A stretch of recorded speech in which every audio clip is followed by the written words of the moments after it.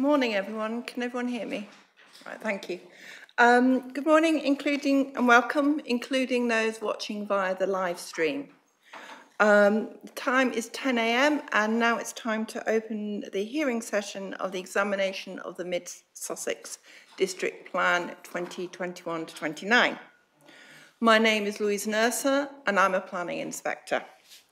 I've been appointed by the Secretary of State under Section 20 of the Planning and Compulsory Purchase Act 2024 to hold this examination into the soundness of the Mid-Sussex District Plan.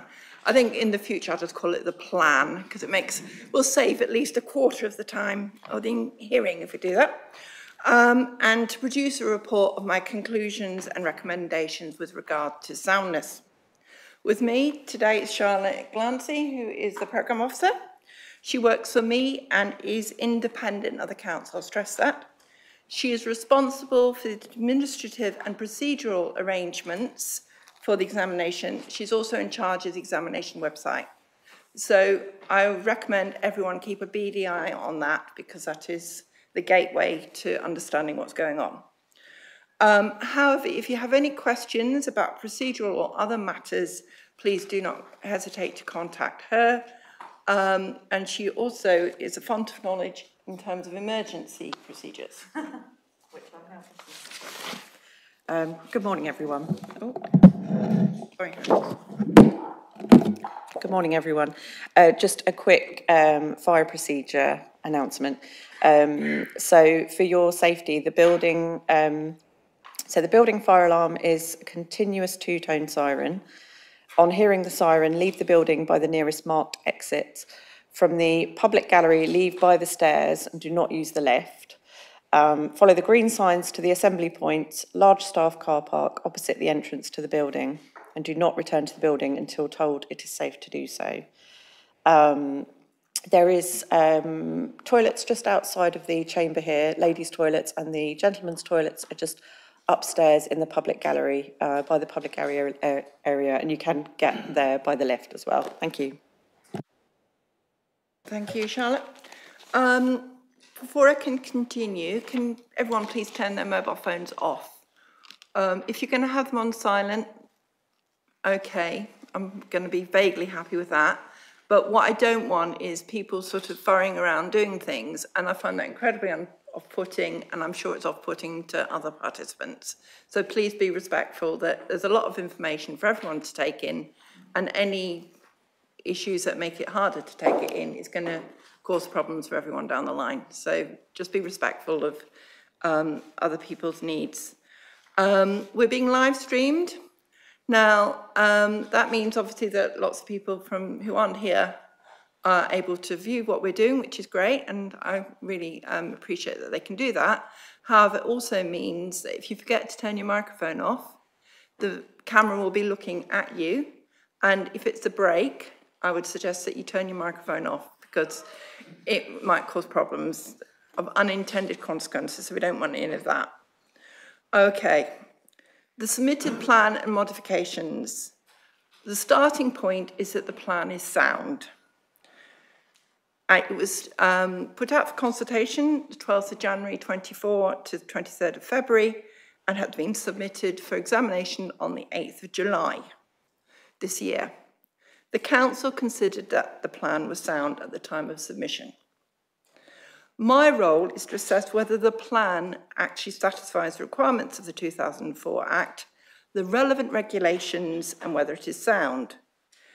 The stage in the examination is hearing sessions where I explore matters, and I've already set out the matters, issues, and questions. However, obviously, I may have further questions, which really is the point of today. The onus is on those who've made representations to demonstrate where and how they consider the plan is not sound, making reference to the relevant tests and identifying evidence to support their contention. To be sound, a plan should be positively prepared, justified, effective and consistent with national policy, as set out in the test within paragraph 35. And for those who are watching via the live stream and are not planning professionals, it's quite important this. of the 2023 NPPF and the September version, just to be clear. It is not my role to consider individual objections to the plan, but to take a rounded view on soundness, having regard to the 4 tests set on the framework. I should stress that I will not be considering the merits of any emission sites. I just want to add some additional text here. To be clear, the plan is a strategic document, albeit it has some data policies, and should be informed on evidence that was brought forward as part of its genesis. I'd also make explicit that I'm aware that there's some sites that got planning live applications on, or there's some that will be having live applications in. However, it's my duty to examine the plan.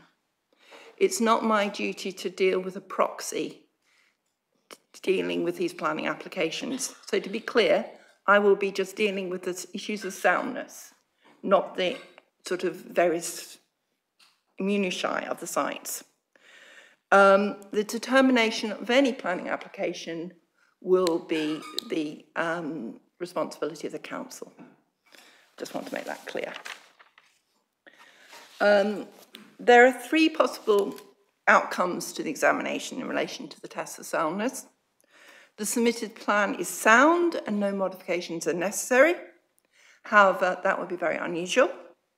So the submitted plan is not sound, but could be made sound by changes, if necessary, following work by the council. That is the most normal outcome. Or the submitted plan is not sound and could not be made so by changes. Once the plan has been submitted, there are only 2 ways in which plan changes can be made modifications, these are modifications recommended by myself, or additional modifications made by the council on adoption, and they normally deal with things like typos or just updating the plan for factual updates. The council has formally requested that I recommend any modifications, and have already put forward a number of changes to the plan for me to consider. I should stress that I can only make changes if they actually deal with matters of soundness. I can't make changes just to make the plan better. I would also stress that any changes that come through the main modification procedure would have to go out for public consultation. They would also require potential changes to the SA and the HRA, so those will be considered then. Changes to the plan suggested by the council or indeed anyone else, I would like to make sure that people remind me of those changes that have been tabled, but I would also stress that at the moment those changes have no status whatsoever because they've not been out for public consultation. I will ask at the end of the discussion of each issue whether any main modifications proposed, so please take that opportunity to raise those. Can the council, I'm afraid there's quite a lot of work for you involved in this, keep a running tally of any changes that come out of the hearing sessions and consolidate them into a single schedule in plan order within 1 or 2 weeks of the hearing session? This is purely as a matter of record, as no status can be conferred on the fact that they were brought out during the hearing sessions. And please use the standard convention of underlining and strike through to make it clear where we are. Who wins the prize? Can you turn your phone off, whoever that was, please? My examination guidance note outlines the procedures to be followed at the hearing sessions, the way in which written reps will be dealt with, and the availability of information. The hearing program's already been published on the examination website, and I intend to follow that with the proviso, of course, that it may actually change. So please make sure that you keep an eye on the website. Morning sessions will start from 10, finish at 1, start at 2, potentially finish at 5. I'll have mid-morning breaks. As I've already said, there'll be structured discussion based on the MIQs that I've already circulated. I notice that I have the pleasure of a number of legal eagles, but I'm sure that they need no reminding that they are mere mortals in the context of this examination. So I'd be grateful if they had that in their mind's eye. I should invite people to speak when appropriate in response to the matters and specific questions which I've raised. But if you have something to contribute at the appropriate part of the discussion, please indicate your wish by standing your nameplate on its end as so. Okay, thank you. I will ensure that everyone is given the opportunity to respond to my questions. Nonetheless, there may be some matters, issues or questions which have enough information, and I'll just go over those. And to reiterate, I will not be dealing with emission sites. The hearing sessions are due to last 5 days. How there's a reserved day on the Thursday in case matters overrun. Representatives will receive notification of the stage 2 hearings, and additional MIQs and hearing statements will be published depending on the outcome of these sessions, and the examination remains open until I have sent my report to the council. Turning to the council again, more work for you. Action points. In addition to the scheduled main modifications, I would request that the council keep a running list of action points arising from the hearing sessions.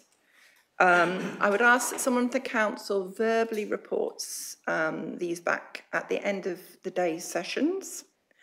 And once agreed, please provide via the PO with a copy at the end of the day.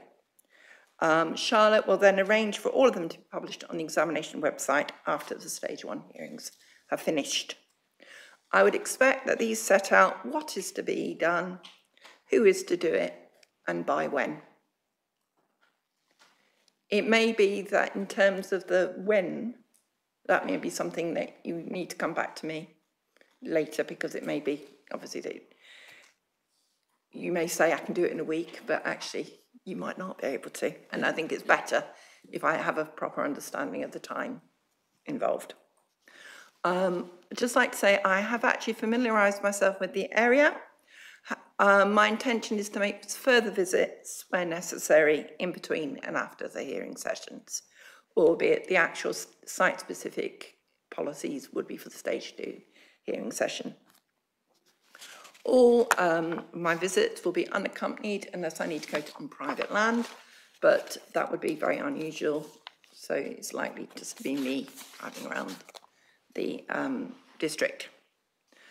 No further documents, letters or written submissions of any kind will be accepted during after the hearing sessions unless I specifically request them. That's obviously a matter for matter 1, but we'll get there when we get there. As I previously said, once I'm content that we can move forward to stage 2, we will. And everyone will be informed by Charlotte as to where we are. Lastly, to reiterate, I'm here to examine the plan on behalf of the Secretary of State and to test whether it is sound and legally compliant. I'm not here to make it better. And it'd be great, I've been very, very grateful, and I'm sure all of you would be as well, if when I ask a question, I get a direct answer. You can obviously refer me to the relevant bit in a document, but rather than referring me to the document and saying it's all there, Mum, if you could actually just tell me what it is, because that makes it so much easier for me to process the thoughts, okay? Before I ask today's participants to briefly introduce themselves, and when I mean briefly, I do mean very briefly, and if it, I understand that the leader of the council and the council's council would like to make a short opening statement. Thank you very much, everyone. Thank you. Madam, thank you. I'm Paul Brown, King's Counsel for the Council. And on behalf of Mid Sussex, I'd like to welcome both you and all the participants to this examination in public into the plan. And I'm very grateful for the opportunity to make some opening comments. Madam, as is demonstrated by both the adoption of the current district plan in 2018 and the sites allocation DPD in 2022, Mid Sussex is not only committed to the plan-led system, but it's fully aware that maintaining an adequate supply of land to meet development needs is critical if this council is to control its own destiny.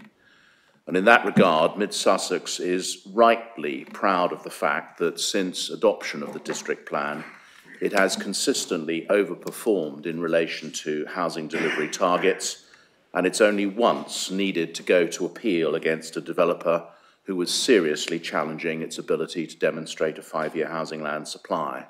And that challenge, which related to land at Albourne, was dismissed in October last year, the inspector there concluding that we could demonstrate a 5-year housing land supply, but also making some positive comments about the council's approach to plan-led system. In particular, she said it was clear that the council had a history of housing delivery. It's not an area with a record of persistent underdelivery. She was confident that the council understood and acknowledged its obligations under the HLS and the HDT. The site allocations DPD, she noted, had allocated more land for housing than was required, and the council approached housing needs in a positive way. Overall, she said, the council had taken and continued to take a proactive approach to housing delivery, both at plan making and decision making, and the council was using a variety of tools and mechanisms to ensure housing was delivered in a timely manner. And she commented that plan making progress was commendable, positive, and continuing to progress.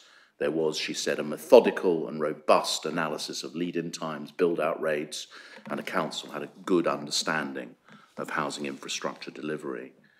Well, Madam, pleasing as it was to receive those comments, Mid Sussex fully understands that it cannot simply rest on its laurels, but it needs to ensure that that hard work continues so that its development plan is continually and regularly reviewed.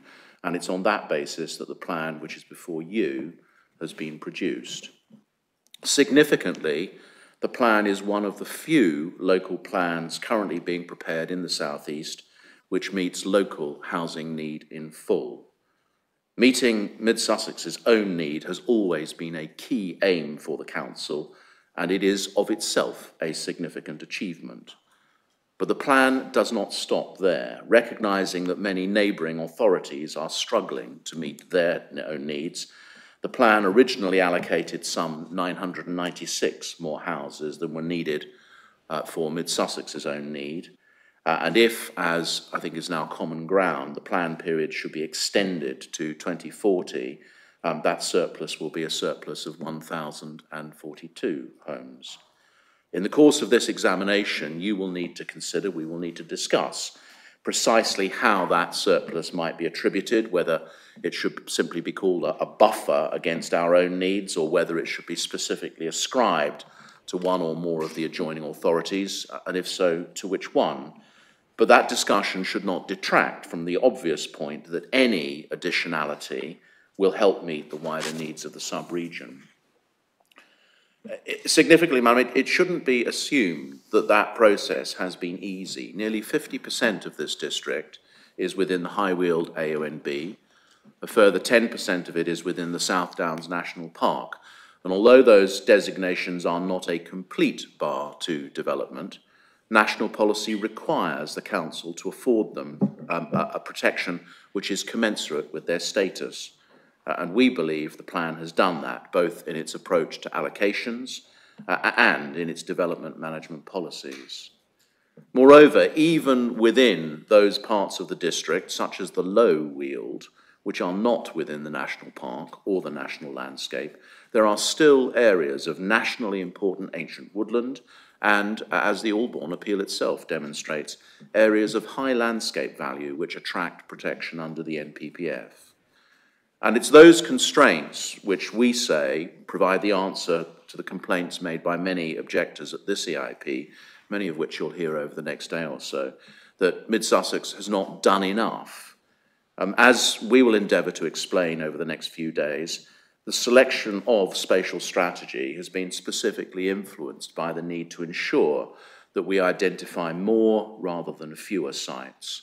The Council has first looked to carry on with the strategy of proportionate growth at settlements which informed the adopted district plan, the 2018 plan, but it realised that even local housing need would not be met by that approach.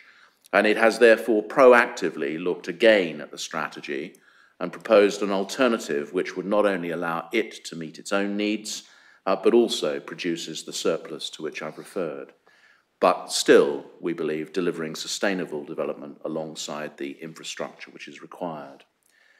The identification of sites for specific allocation has not been constrained by any artificial ceiling on the number required. Instead, what the Council has done is to undertake a capacity-led assessment and identified all those sites which it considers can be developed without significant conflict with national policy. And the process that's been used in selecting sites is one which has been tried and tested at least 2 previous examinations. And we recognise that despite those efforts, there remains a wider unmet need.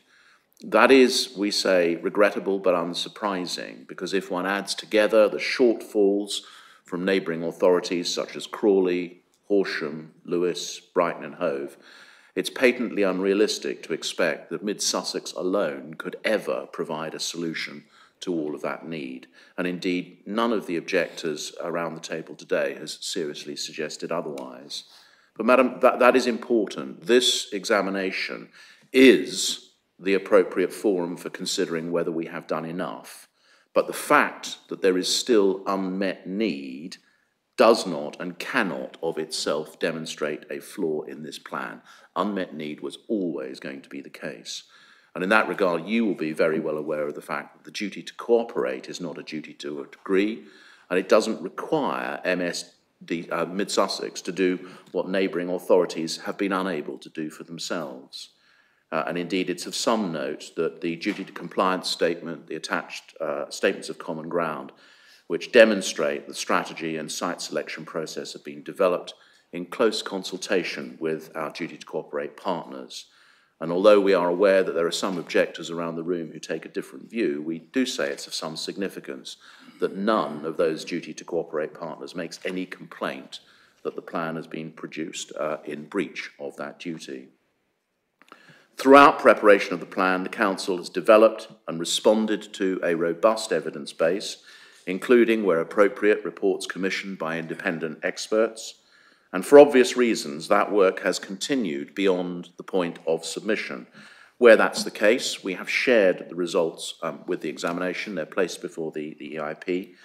But although I realise some objectors use that as a basis for demonstrating that submission was premature, we simply say that's inevitable in the progress of local plans. There was always, we say, at the time decisions were made, an adequate base for the Council's decisions, and ultimately that is the basis on which we produce our evidence today.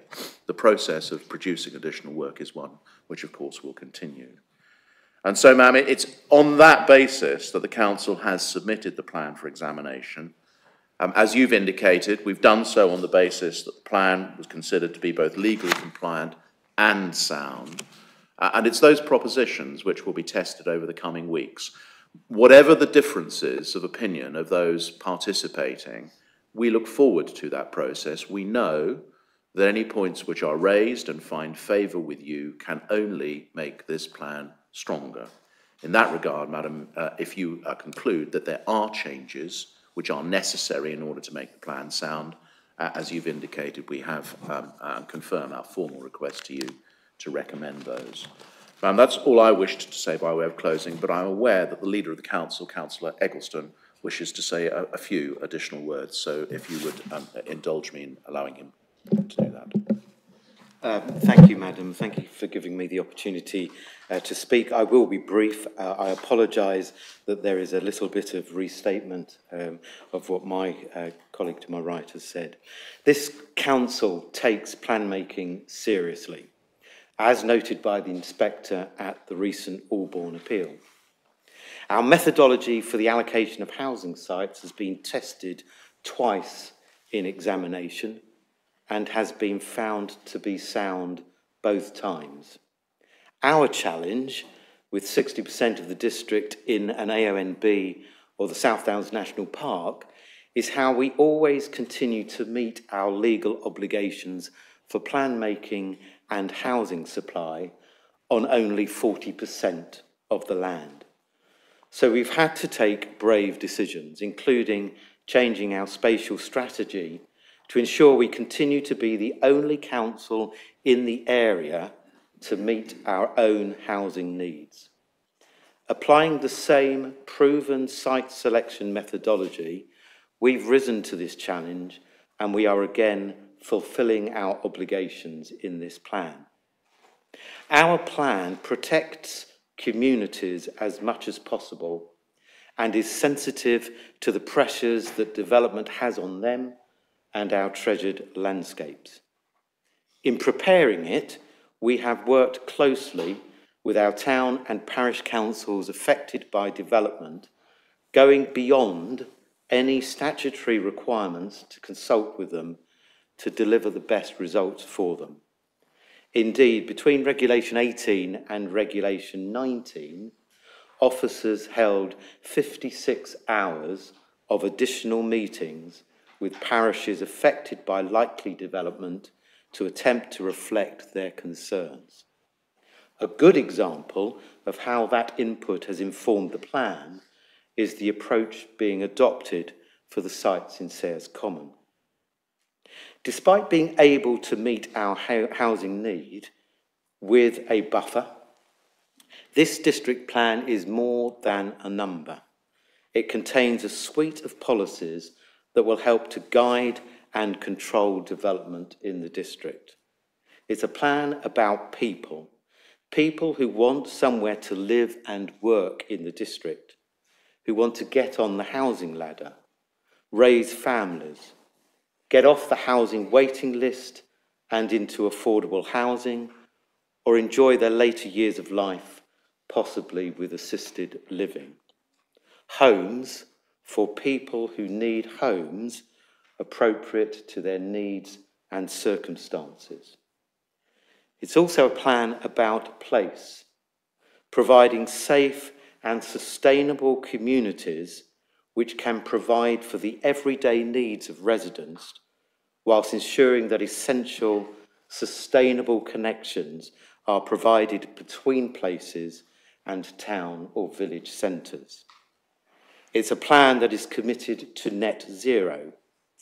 This plan maximises opportunities to make living in homes and communities as sustainable as possible through housing design and sustainable transport. And finally, it is a plan that supports the environment and nature. This district is 88% rural, and it will still be 86% rural when all the allocated sites are developed. This plan makes more of our countryside open and accessible. It protects ancient woodlands, high-grade agricultural land and landscape features. It supports nature and nature recovery and builds biodiversity net gain into its heart. Yes, plan making is difficult, but this is a good plan. It is robust.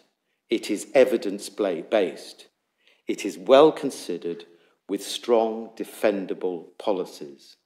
It is a plan which supports our communities, and it is a plan which this council stands behind with near unanimous support.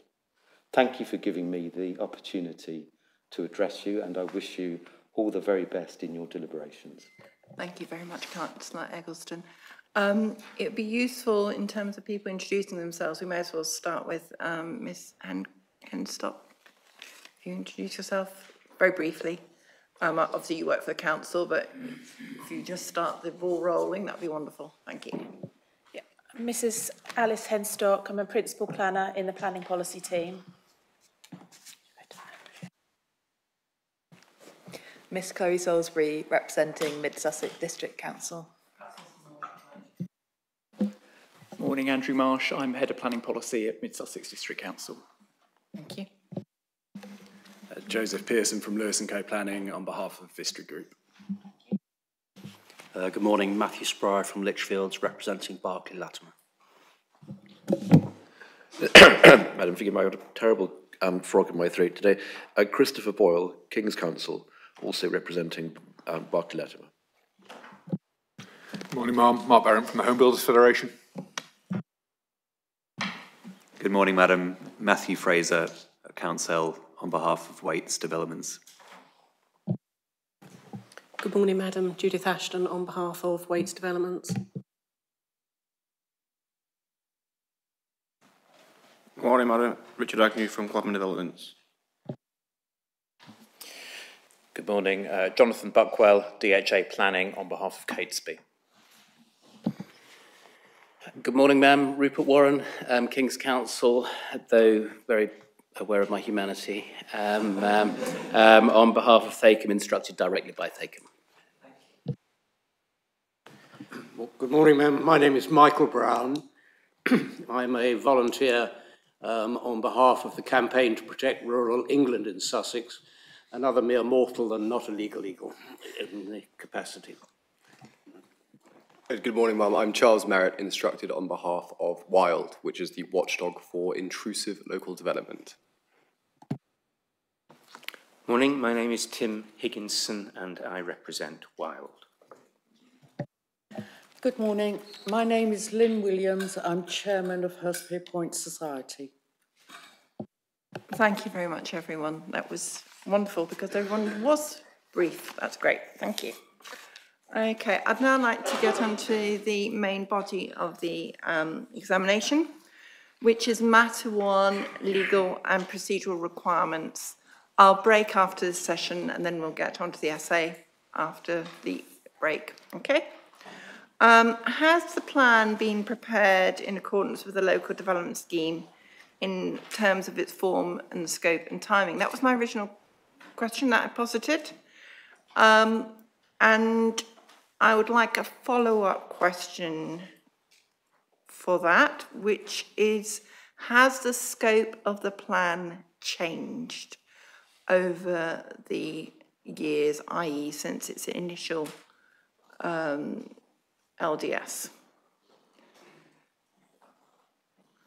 I'll ask the council to start with, and then if anyone else wants to come in, that would be great. Thank you.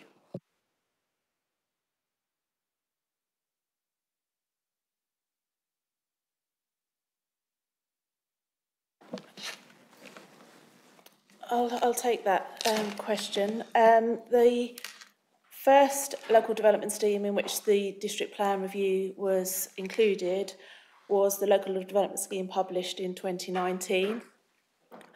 And that essentially cross-referenced to the policy DP5 in the adopted district plan, which indicated the timescale for the review of the plan essentially within 5 years, and set out the reasons for that review.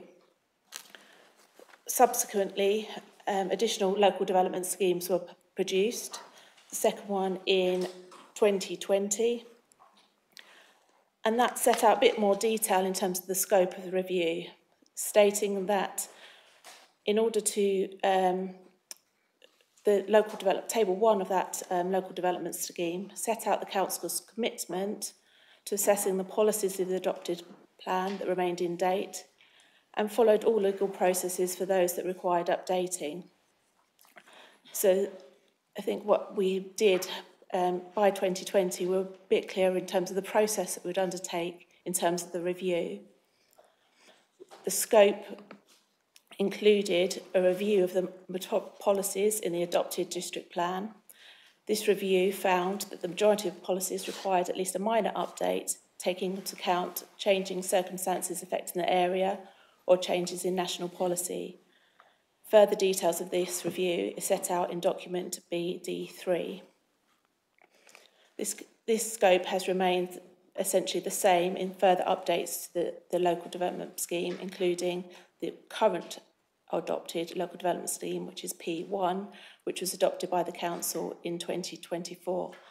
So essentially the scope has remained the same, but further detail was added in terms of the scope of policies that required review in the adopted local development scheme. Thank you, Ms Henstock. Does anyone else want to come in on that? Mr Spray?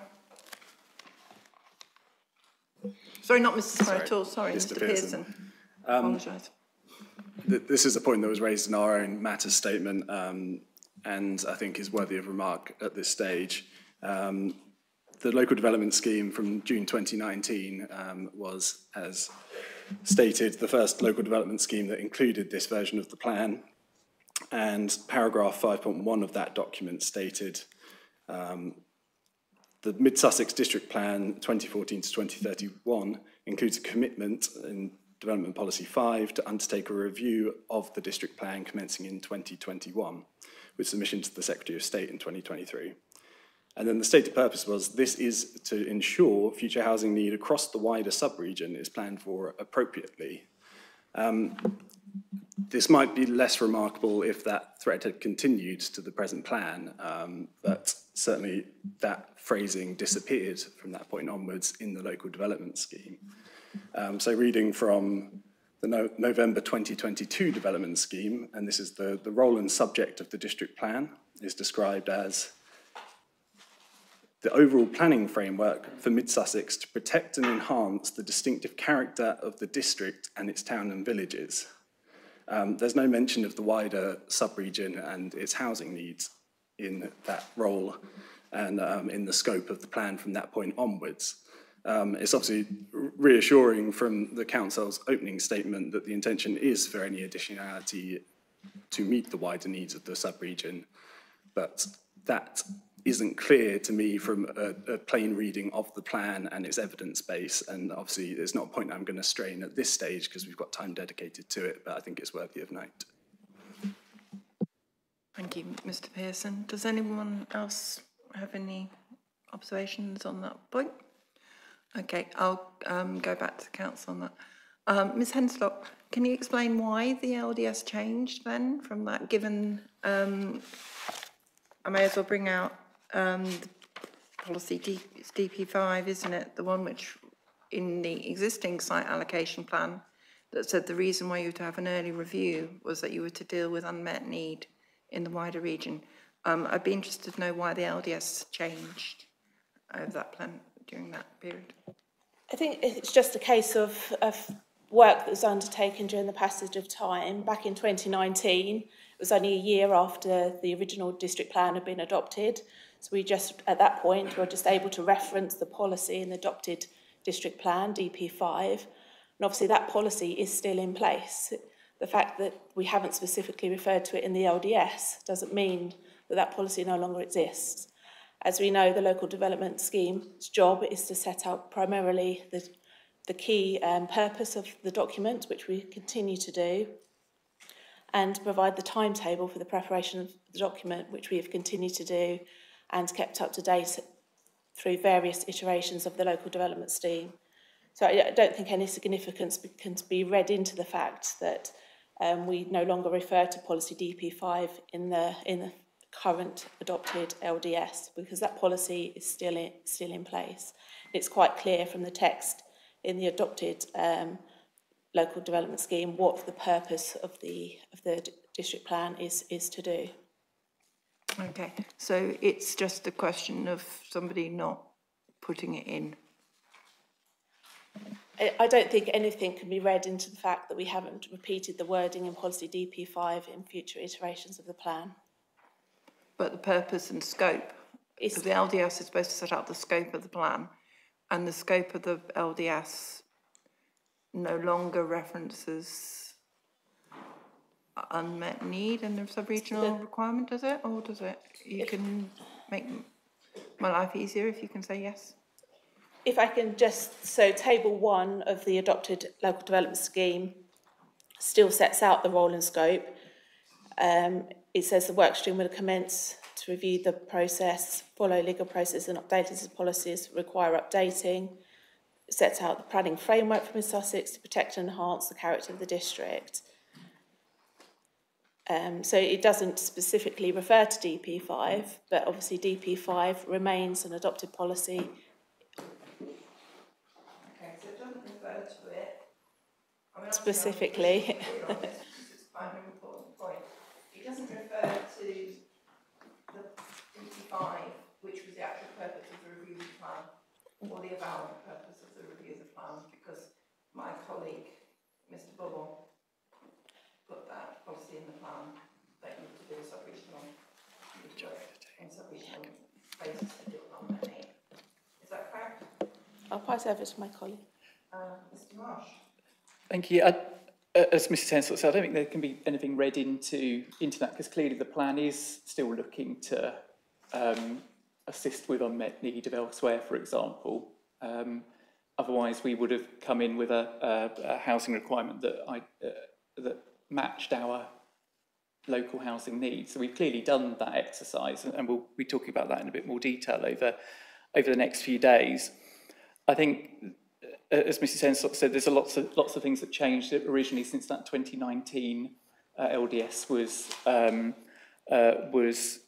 adopted. Needless to say, there's a number of matters I'm sure we'll come up to on the housing day in relation to the extent of unmet need elsewhere and our ability to do so, to contribute towards that as a result of going through the site selection process. But it's still in the scope of the plan for us to be looking at unmet need elsewhere. So lots of things have changed. What do you mean by that? I think if we look at the statement of common ground with the North West Sussex statement of common ground. So I mean, I don't want to view. I mean, just give me a very brief overview of what the things have changed. For example, water neutrality. The water neutrality position in other neighbouring areas have completely changed the perspective on unmet need and their abilities to meet need, and therefore the total unmet need and our ability to meet that in full, which is, I think, what Mr. Pearson was trying to get at, I think, in the comment that the policy DP5 was to look at meeting, it's assumed, unmet need in full or looking to meet unmet need in full. That was not ever going to be the case. Right, so we're making the perfect the enemy of the practical, whatever the expression is. I'm afraid I don't have that to hand in my brain. But so I just really want to be clear on this. So things have changed, aka the amount of unmet need in the wider region has actually increased. So your LDS at one time said you were specifically going to be dealing with it, and now your LDS no longer specifically says you'll be dealing with it because it's increased. No, in that this plan would not be able to meet the significance of the unmet need which was set out in, for example, in DP5. When DP5 was originally written in the adopted district plan, we had met the unmet need in full in North and West Sussex. So that's what that plan did. And that picture has completely changed. And our ability to do so has completely changed. But as Mrs. Hensel said, that is no way in a reflection of the scope of this plan, because the plan has looked at unmet need elsewhere. So you want me to come out of this question, you want me to have written down in my notes that originally it was in the scope, it's not in the scope, nothing to be read into that at all. It's just that unmet need has got so big that you can't really address it, so it's not in the document. You're not really saying that, are you? No, not saying that at all. It's in scope. It's in scope, clearly in scope, because our plan has sought to address it, and we'll be discussing that in detail in the Duty to Cooperate Day and the Housing Day, and our session on vision and strategy. Okay, so it's just like a not a typo, but it's just something that's fallen out of the LDS. Is that right? If I can just add, irrespective of policy DP5, as set out in the LDS, would have been required to undertake a review of the district plan within 5 years in any event. The fact that there's a policy in the plan requiring that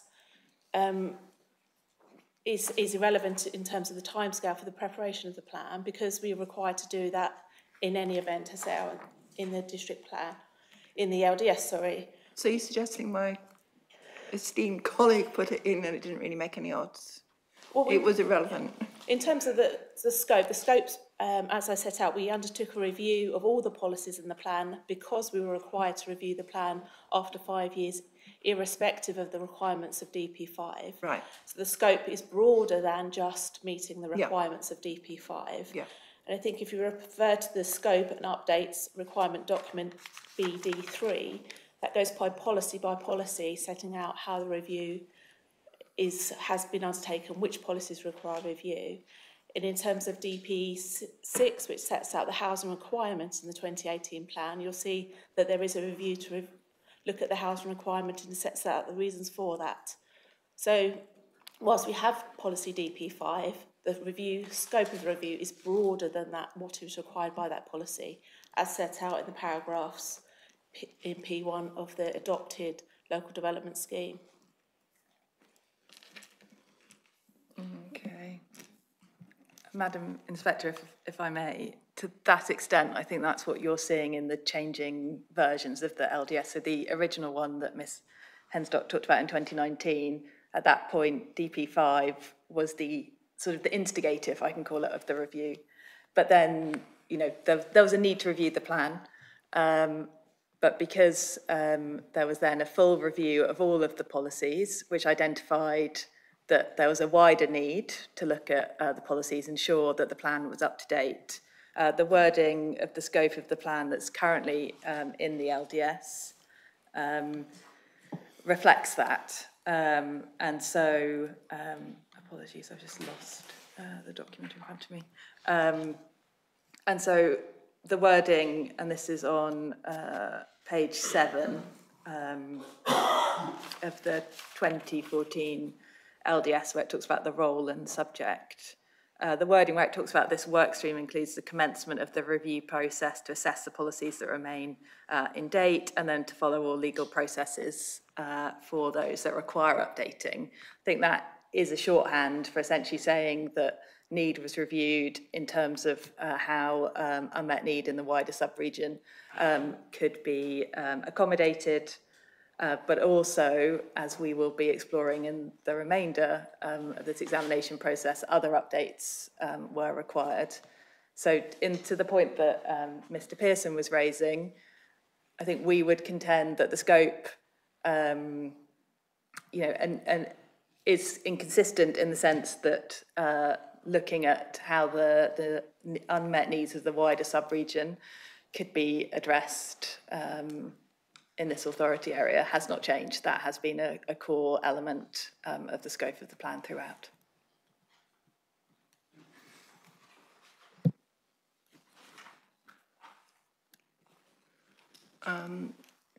Mr. Pearson, very quickly, please, because this subject will be obviously dealt with tomorrow as well.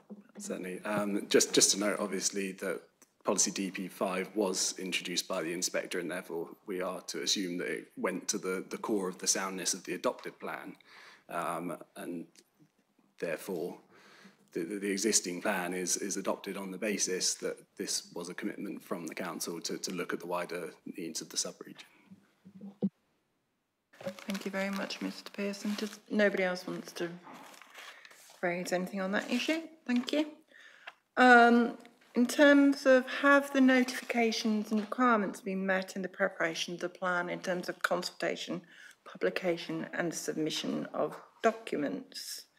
Does anybody want, I'm sure the council will say yes, so I'm not going to ask them to say yes again. Mr. Higginson, you'd like to say something? Yes, thank you. It's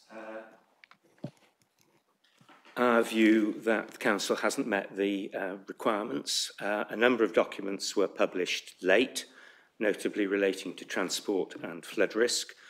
Some were incomplete, for example, the IDP, and there are still gaps. We'd cite here the council's own guidance on how 20-minute neighbourhoods can be created in rural settings. The council refers in that part of the plan to the TCPA guidance, which is now one of the documents that's been included, but there's no guidance there either. Why is this important? The whole point of these requirements is so that we have the information we need to respond during consultation, and we didn't have it. I think there's a second point too, which is that late preparation of these documents means that they have not been used to guide plan making. What it does appear they've been used for is to provide retrospective justification for conclusions which have been reached by other means. Thank you very much, Mr. Higginson. Okay, before the council comes back on that, it's clear from the amount of documentation that has come forward post-submission, because remember, submission was July, but let's bear in mind your plan was actually published for consultation in January of this year, and I assume your actual strategy and everything else was sorted way beyond then. I would just like the councils to, I mean, I heard what Mr. Brown said right at the beginning. He said that all this evidence really doesn't make any difference, fundamentally. Well, if it makes a difference, that's a problem. If it doesn't make any difference, then that's fine. So how does the council respond to this issue? Because I'm not dealing with the actual issues at hand. I'm talking about whether a member of the public or indeed an inspector, when they're prepping for their MIQs, if they don't have the evidence in front of them, to what extent is the plan process appropriate? Mr. Marsh, I think you should deal with that one. I'd reiterate what Mr. Brown said in his opening. The work that has been submitted to the examination post-submission is merely a refinement of work that was already in the library. It was already subject to the consultation. So the transport work, for example, gave us enough information to form a decision that we felt that the plan was sound. And recognising that there were elements of that needed a bit of refinement or a further scenario run or a look at a different set of assumptions to retest it, that was what occurred, and that was as a result of comments made by our partners such as the County Council and National Highways, for example, and we'll be discussing that again at the transport session, but they were a refinement which reconfirmed the conclusions that we had come to prior to submission.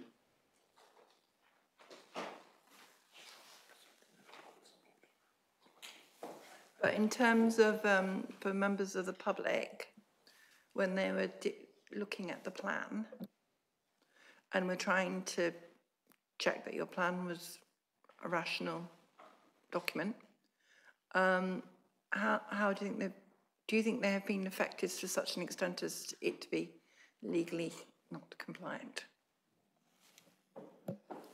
No, on the basis that the earlier iterations of those documents were available. The early scenario tests, for example, for transport, the original flood risk, because I know there are some complaints about the flood risk work, but the level 1 SFRA, which used up-to-date data, has been on our website, has informed our process all the way through, and others have been able to comment on it and have commented on those documents through that process.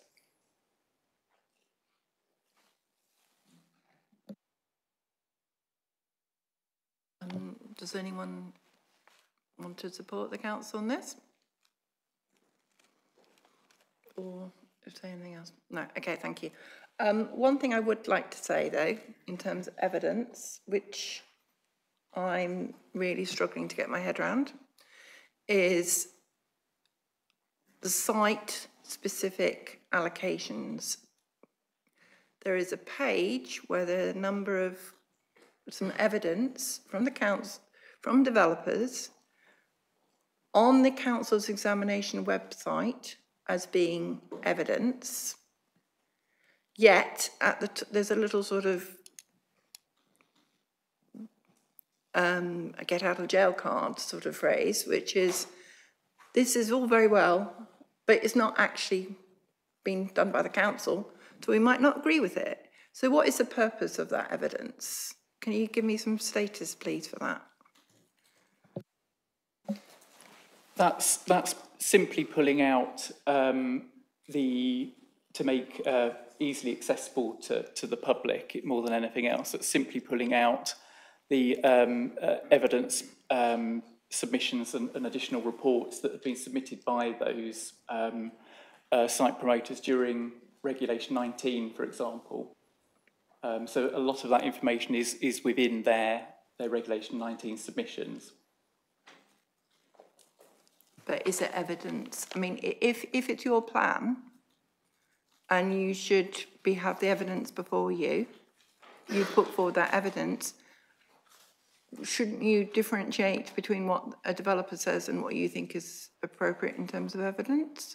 Or at least just say, thanks for this, but we sort of don't necessarily agree with this, or we do agree with that, or, you know, there doesn't seem to be any differentiation between what the developer has said and what's on your evidence base. It's not put forward as a rep. If it's a rep, that's a separate matter, isn't it? It's put forward as evidence. I'd like to know, I think as an action point, let's have the first for the day.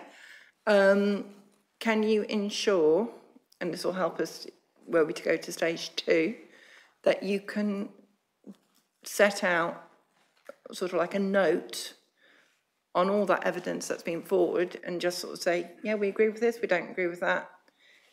Just because at the moment it reads as if, what am I to do with this? What status does it have? And it needs to have a status of some description. Okay. Does anyone want to raise anything relating to that? No. Thank you. Thirdly, has the preparation of the plan complied with the statement of community involvement? I've read the council's response to that. I don't have any further questions, but if anyone wants to raise something, I'm very happy to hear. I mean, obviously I've heard other people's responses, read other people's responses. Mr. Higginson.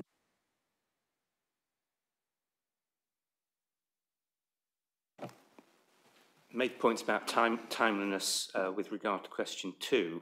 The point I'd like to bring out about transparency relates to our response to Regulation 19 consultation, and I won't go into the detail of that, but the sustainability appraisal, if you are prepared to read it very carefully, shows that it contradicts itself. It uses criteria it shouldn't do, and it scatters key points across the text. You only get to that point if you're prepared to sit down and read the whole thing. You certainly won't find a simple summary of the appraisal process and its findings from the non-technical summary, because it isn't there. And we have the same concern about some of the other long documents, for example, transport and flood risk, where if I just take a transport example, if you look in the detail of that, it turns out that in fact it's impossible to separate urban and rural transport data.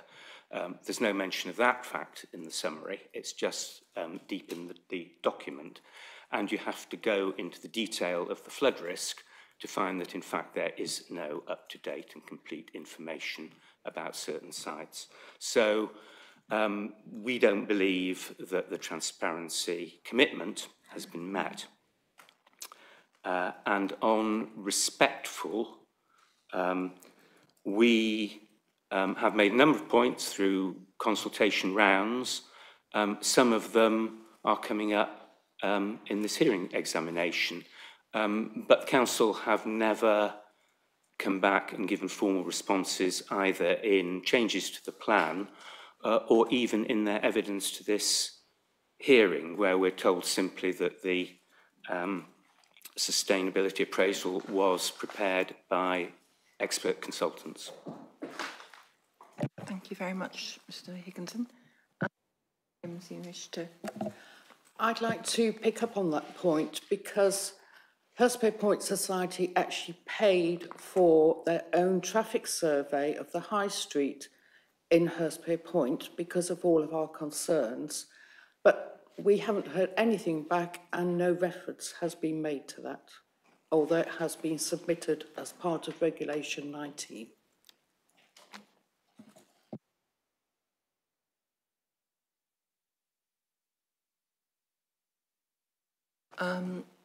Would the council like to come back on any of those issues before we break?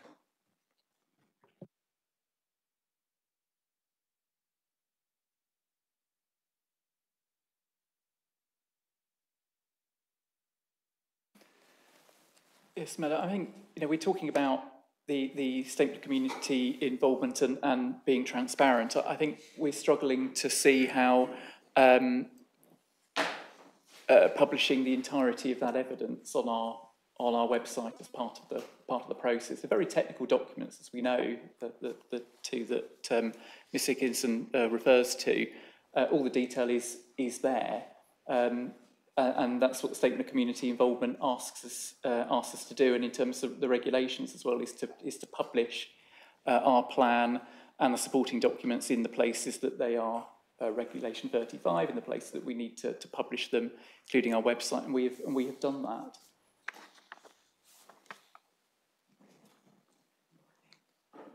In terms of the points about the response and responses made in consultation, again, all of the Regulation 19 responses made by all participants is available on the council's website and in a searchable manner.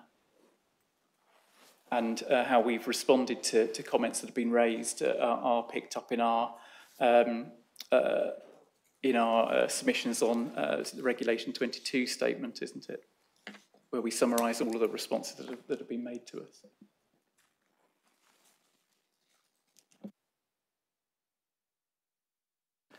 Thank you very much.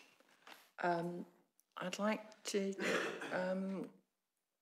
adjourn this stage one, matter one, part one. Don't worry, I'm not going to say that every time.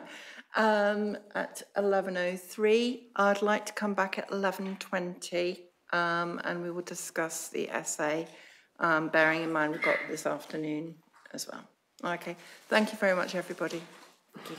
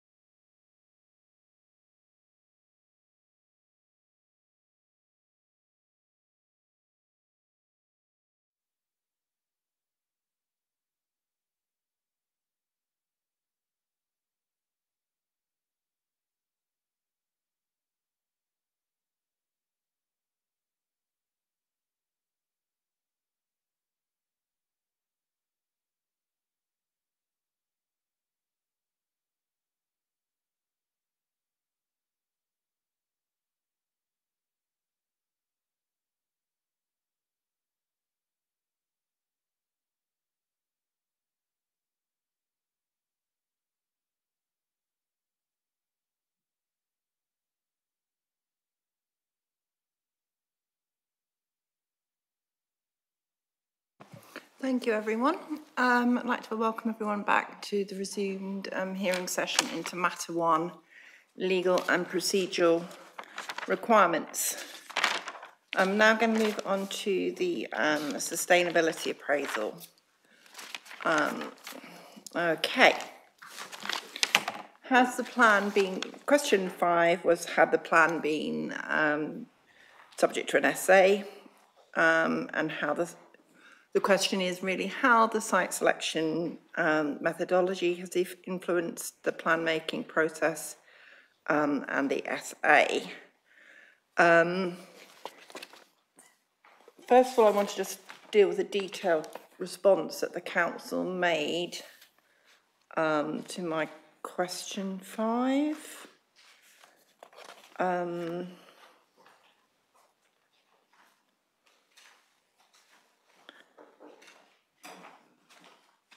I'm correct, am I not, that the council said basically if it doesn't get through to all the stage 2s, it doesn't go through to the SA.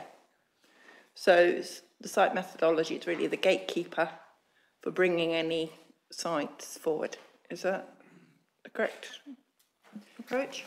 Yes, that's correct. It relates to the identification of reasonable alternatives to the SA, and our view is that initial sift through stages 2A, 2B and 2C of the site selection methodology are distinction about what would be a reasonable alternative site for inclusion in the plan and what isn't. And that's exactly the same process that we undertook with the adopted site allocations DPD and the previous currently adopted district plan. Okay, thank you. Sorry, looking at the wrong element of it.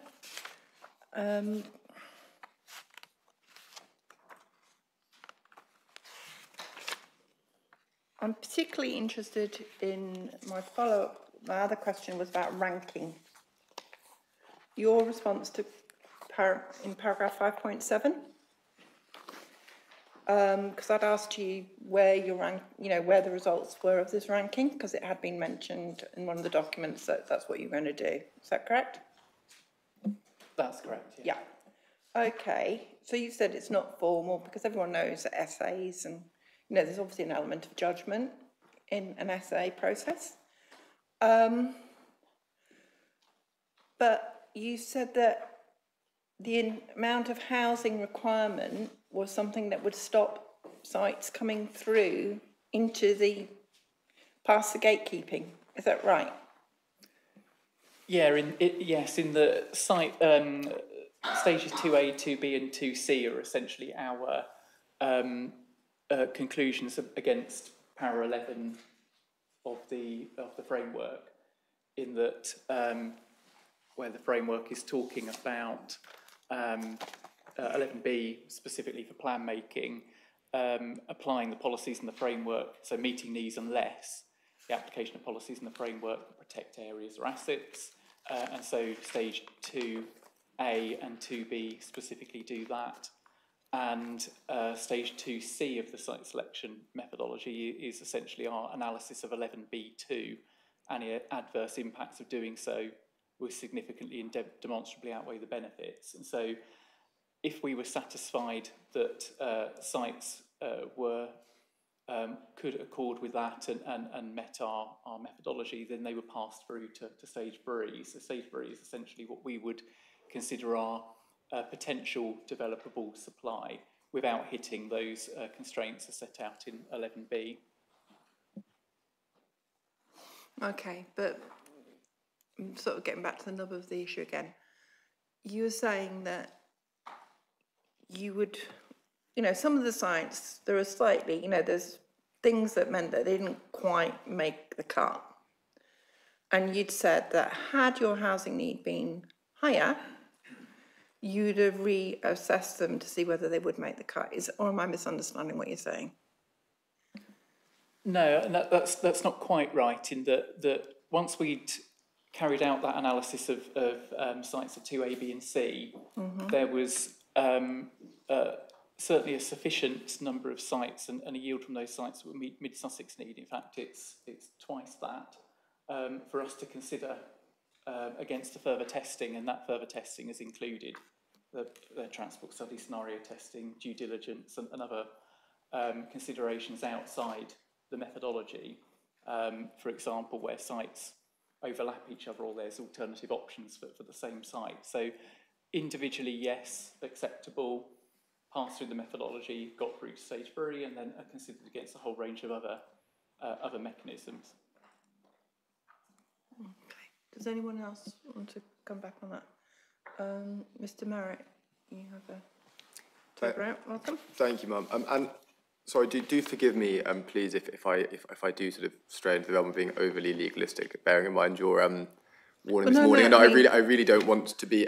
Because what I thought it might be helpful for you, Mum, given as you'd have seen from our hearing statement, is we do have serious concerns about the sustainability appraisal, and that it does extend to the site selection process. Mum, and I think sort of you'd have seen from our representation, I think it's the answer to question 7, but those concerns are. No, but I'm asking about question 5. I know, Mum, but it's just where I put it because it's relevant to all of it. And the reason I say this, Mum, is because one of our concerns is to do with the methodology and the inconsistency within it. And we say that extends to the site selection process itself. And what I would just draw your attention to on question 5 in terms of site selection and the rankings of it is in effect how certain significant sites have been proposed for allocation and others not. And you'll see this in, I believe it's SSP1. But what the council explains that it does is in this 3-stage process from 2A to B to C, any significant site immediately jumps through that first hoop. So it goes straight through 2A into the 2BC process. And I take that from paragraph 22 of that document. Yeah. But, Mum, the problem we say, the first, and we say sort of fundamental inconsistency with this document, which of course feeds into the sustainability appraisal itself, is that as far as we can see, or what can be gleaned from the documents that have been put before the EIP, the approach to those significant sites is itself inconsistent. So, for example, Mum, the Sayers Common site is effectively found to be suitable for an allocation because it can be made sustainable, whereas other sites are not proposed for allocation on the basis they are not sustainable. And the problem there, I think, sort of speaks for itself, in that what you have here is a suite of sites which are unsustainable, but of course any can be made sustainable with the right type of development on that logic. There's no reason, we say, to pick Sayers Common above any of the other sites not proposed if that's the approach the council want to take. And Mum, as you'll see, and we'll come on to this in the later questions, I'm sure, so I don't want to labour the point now. But as far as we can see, where that erroneous approach stems from is a misunderstanding and or a misapplication of these 20-minute neighbourhood principles. Okay, we can talk about that. Thank you, Mum. Later. Mr. Pearson, sorry. Thank you. I hope you can sort of veer back to the issue. Absolutely, yeah. Just on the site selection process, and picking up on the points that Mr. Marsh made, that it was essentially their paragraph 11 assessment of these sites. As far as I can recall, that's not explicit within the documentation, and there are sites within 2A, 2B, 2C that were rejected for reasons outside of the paragraph 11 tests. So I think there's a distinction that needs to be made, that this wasn't an explicit paragraph 11 assessment. There were sites that rejected at 2C, for example, that were rejected because in the council's view they didn't need allocation because they would be acceptable if an application was made anyway. So that's clearly not in conflict with paragraph 11 of the NPPF, but it's still a reason why it was excluded at that stage. And obviously, as you say, that was the gateway for whether those sites were assessed as reasonable alternatives or not. I mean, I'd just like to further explore, and perhaps I'm being done, and that it could easily be. In terms of how you're saying that because you put forward more sites through to the SA than you actually needed, there was never, housing requirement was never a thing that had any impact on whether sites move forward. So the entire into the SA. Yes, the entirety of the site selection process exercise is, in a sense, not looking to meet a number. It is looking to look at each of the sites in turn, their assessment against stage 2A, is it sustainable development in terms of sustainable location, relationship to settlements. 2B, which is essentially application of 11B, little 1 in the main and little 2, where the NPPF is very, very clear that development in those areas should be on an exceptional basis. And the assessment against 2C, which is the policies and the framework when looked at as a whole. So in that case, are the negatives outweighing the positives? So that's our assessment against those three stages. As a result of that, the 49 sites make it through in the latest version SSP 3, make it through to stage 3, where there is further due diligence, further testing, including in combination testing, because of course 2A, B and C are looking at the sites individually on their own merit, but there is often good reason why they might not be suitable in combination, and the testing at stage 3 allows us to do that. Okay, does anyone else want to come in? Mr. Verrant. Thank you, it's really, I arrived at the same question that you asked initially, Ma'am, in terms of did the council go back really and look at the evidence in terms of site selection, whether more could be done? And I think it is relation to that unmet need that we will obviously go on to tomorrow and elsewhere in the hearings, Ma'am.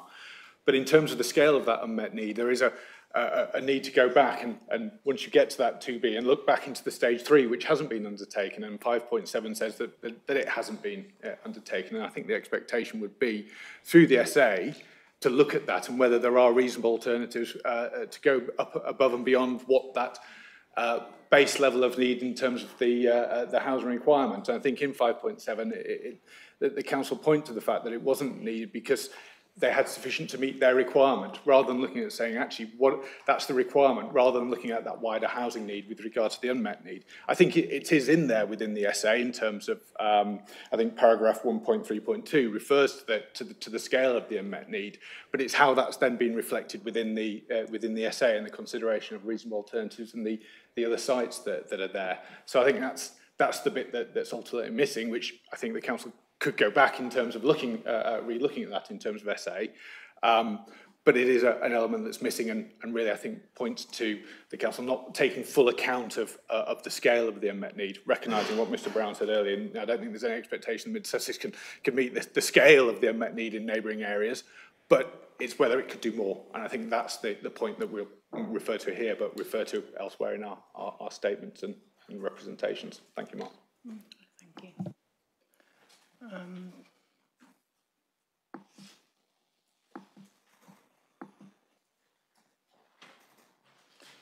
Okay. I don't want to pick on sites that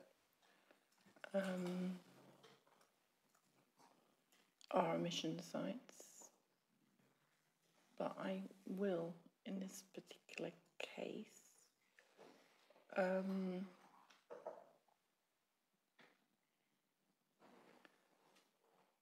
No, I won't actually. I'll leave it. Okay. All right. Thank you.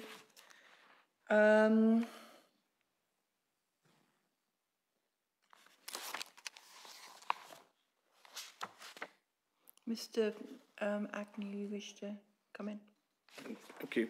I'll try and excuse me. I'll try not to stray and keep it to question 5. But I suppose, and it's without referring to size, keep it to a settlement-specific example. If you look at how the 2C assessment has been taking place in Linfield, 8 sites have been discounted from the process that never made it through to the SA. So that in itself could then discount the options in terms of the spatial options. And it's not they've got through 2B, so it's not a showstopper constraint, it's then heritage, how that's applied. So it's less than substantial, and it says that the harm is so great that it's never going to be overcome, but it's never actually assessed through the SA that can that be done. So it's applying a further level of subjection than would be done through the SA. Yeah. Okay.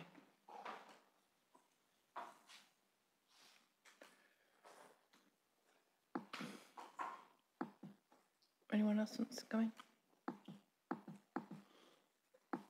Okay.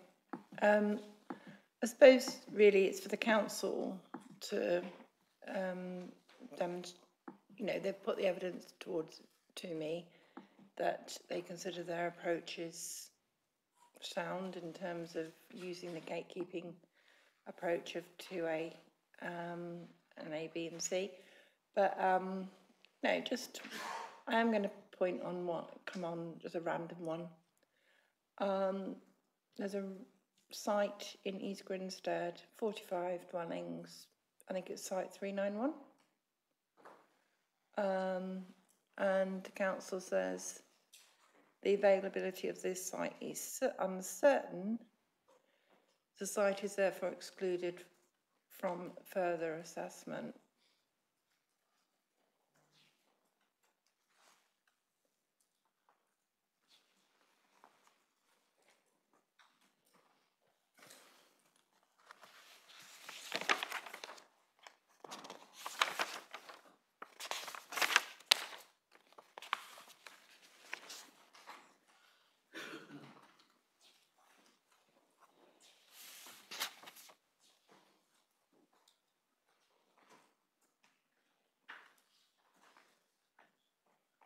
It's not related to the relationship of the development to the settlement, is it?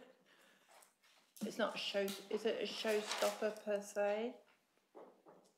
So for BRE 91 specifically, so I've just randomly picked that one. Yeah, but as an example, I think, so we've got against criteria 8 availability, there has been no direct communication from site promoter since submission in 2017. So we have no indication from them that the site is deliverable, and so therefore we don't feel it's a reasonable alternative. It's simply not come to us. But in any case, that site is within the built-up area of East Grinstead. And as you'll see in our policy DPH1, we do have a windfall and brownfield allowance. That would be a brownfield site that could come forward in any event. And we've got a policy that would support that in the plan. So it's one that the council doesn't think that it would be necessary to allocate because it could come forward through the plan system. So it's not, that's not the reason why it was chucked out. It was because it was actually, you'd have been quite happy for a windfall application to come forward. I suppose another question I'd just like to ask, and it may be me again, not understanding where you're coming from. You talk about sites being deliverable in the essay. Do you mean deliverable or do you mean developable?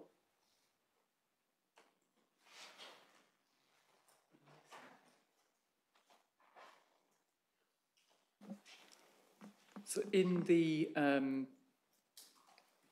site selection process, we have a specific criteria regarding availability.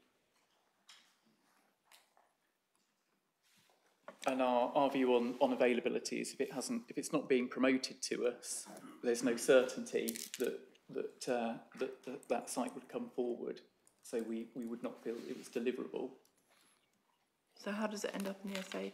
How does it end up in your site selection process to start with then? So the site selection process has been an iterative process. It starts from the original Sheila, which was first published in 2009, I believe, the sites remain in there until somebody purposefully says, I do not want it considered anymore. So we've got a large pool of sites. And we did do which have been cleanse, actively pursued by the council, or someone has put them forward?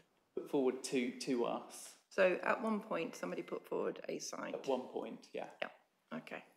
And we have undertaken an exercise through this work and through the sites DPD of a cleansing exercise at times, and a part of a call for sites, asking people to put their sites back in if we needed to. We hadn't had any contact, just to help us with the assessment against the availability criteria. But until somebody purposefully says, I do not want that in there, that our site to be considered, it remains in there, but our assessment of it is that it's not deliverable because it's not available. But does that matter in terms of, we're not dealing with a 5-year housing non-supply here, we're talking about a plan that'll go for 15 years. So how does that, are you using the wrong metric? I think from our perspective, we've got a large number of sites that are promoted to us, that are actively promoted to us, and a number of them are round the table and have submitted their statements on that basis. And therefore we feel that we've got sufficient sites that we can show deliverability of in the site selection process without needing to rely on sites where we don't have that confirmation. Sorry, I will bring in Mr. Blackwell in a minute, but I'm still struggling. In terms of the local plan, I have to prove that that a load of sites are both deliverable and that your strategy is developable in the long term, yeah? That's why you have a long-term plan. Albeit you review it every 5 years, as per earlier this morning. But you're getting rid of sites because you don't think they're deliverable in the context of the NPPF definition of deliverable. Is that right? No, Ma'am, I think where sites have been discounted for availability reasons, that's within the 15-year plan period. So that's both the deliverable and the developable definition in the NPPF. What Mr. Marsh has been explaining is that the council feels during stage 2 it was important to discount sites that there was no realistic prospect that they would come forward during the plan period, because in our view they don't constitute reasonable site level alternatives. And so that's why sites have been discounted at various points in relation to that. Okay. Right, thank you. Mr. Buckwell. Yeah, thank you. Just to, give you an example of exactly what we're talking about here. We've got a site 1136, which was rejected at the 2C stage. One of the reasons was that there was no option agreement with the developer in place, despite the fact that the site was being actively promoted by the landowner, despite the fact that the landowner said they were in advanced talks with a promoter, and despite the fact I'm sitting here today on behalf of that promoter who now has an option agreement in place a few months after this process was completed. There were a couple of other reasons given for exclusion. One was the fact that the site was on the edge of the settlement and therefore likely to be reliant on the car, despite it. I raised the point, and simply because there are other sites nearby that have been allocated which had a lower score. My point is not here to talk to you about why this site should be allocated, but it should have been put into the SA. There is no logical reason why two sites should be being treated in different ways there.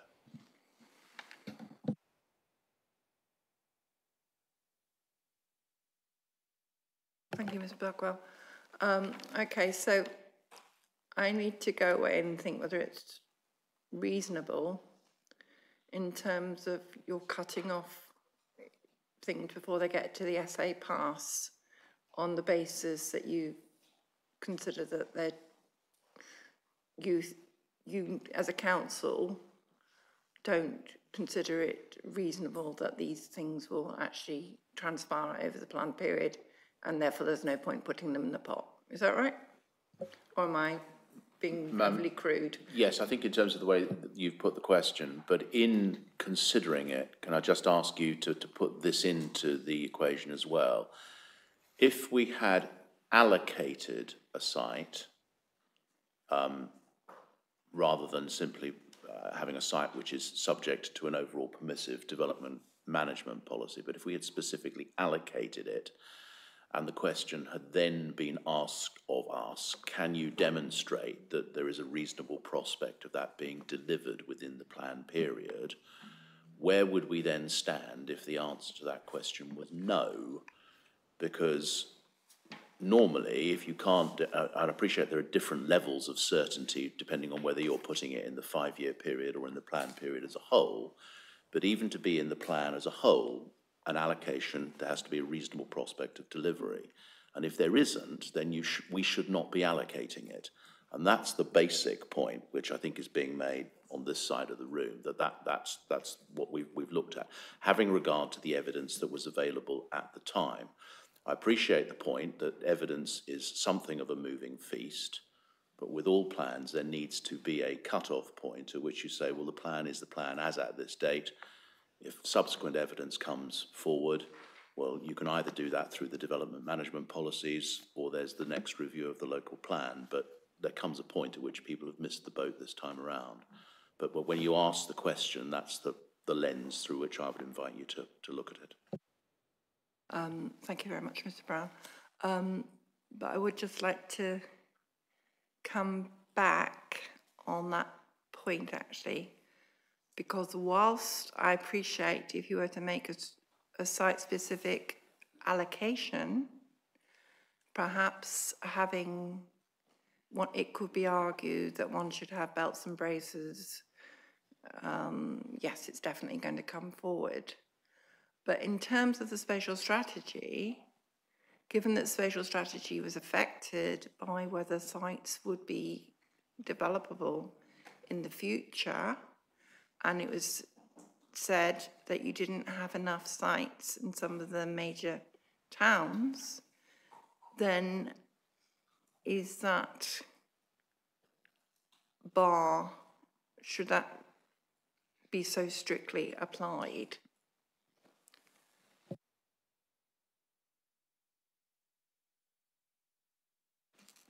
Dealing specifically with sites in the towns, I don't... For example. Right.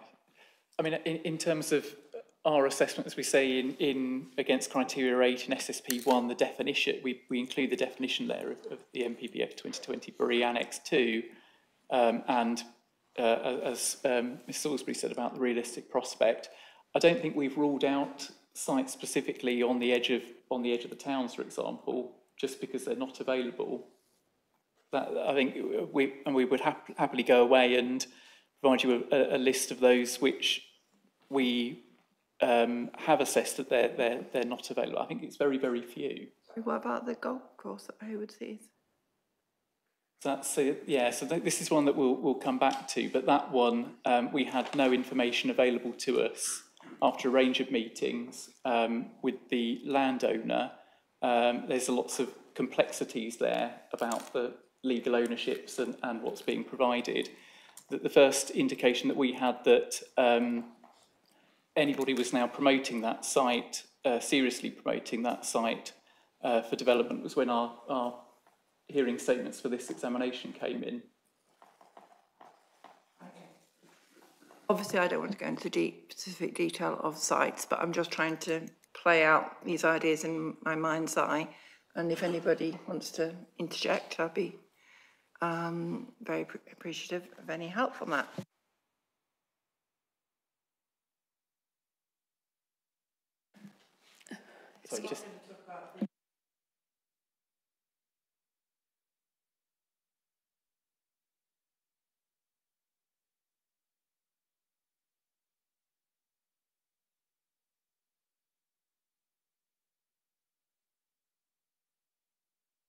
Sorry, please tell me when my microphone's not on, can someone shout? Mr. Boyle, you've got a bad voice. I'll give that you can have that job. Yes, okay, thank you. There does seem to be issues in terms of what the 20-minute neighbourhood is, you know, when you can walk for 10 minutes, when you can't walk for 10 minutes. I have got a little bit confused by some of that. But I'm sure the council will explain why sometimes 20 minutes is okay, sometimes it isn't. So they're two slightly different things. So the definition that we use, the 20-minute neighbourhoods, is the TCPA definition, which I think is now in the library. And we set out quite clearly in the plan what that says and what a 20-minute neighbourhood is. And a 20-minute neighbourhood includes accessing daily needs within a short walk or cycle, i.e. by any form of active travel. Wheeling, I think, is one of the phrases used. What we have done in the site selection process is to look at the best practice which has been used in sustainability appraisals before, which is only looking at the walking element. And obviously, if you're over a 20-minute walk away, you're not going to be conforming with the 20-minute neighbourhood principle in total, but there are opportunities, as we've said, under 20-minute neighbourhoods, looking at other elements of active travel. But again, I think it's relatively rare in the site selection process that sites have been excluded solely because of their distance to services. It's normally a combination of negative impacts against other criteria as well.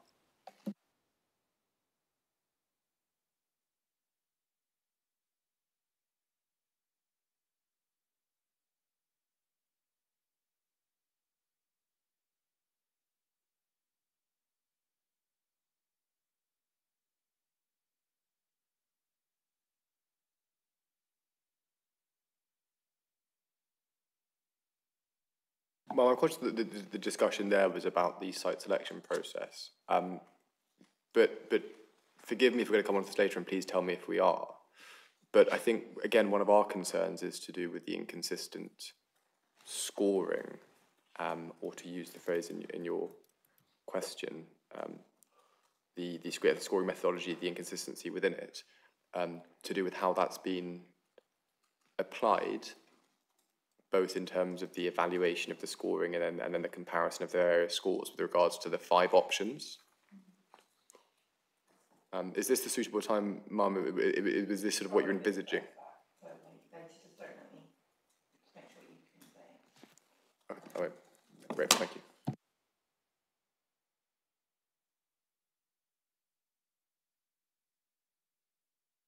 I'm now going to move on to question 8. Have all reasonable alternatives been considered in terms of spatial strategy, policies and sites, including increases in density or housing numbers? I think it might be easiest if I just talk you through my further questions, and then people can pick up on them. Sorry, okay. I've asked, should a hybrid approach be taken to reasonable alternatives? What's proportionate growth?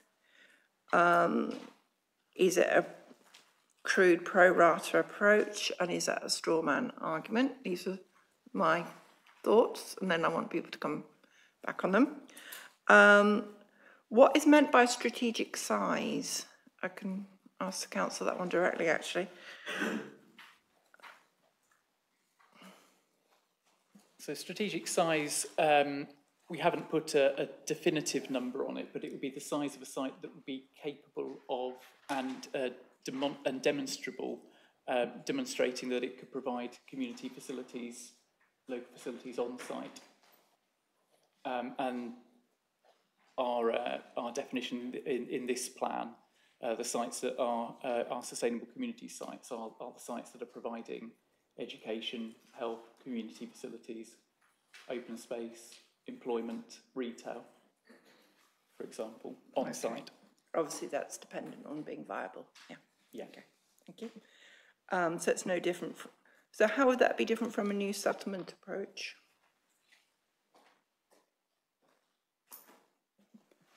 So our approach in this plan has been our sustainable community sites are either connected to existing settlements, for example, Burgess Hill and Crabbit Park, or that they are attached to an existing settlement which could be made sustainable.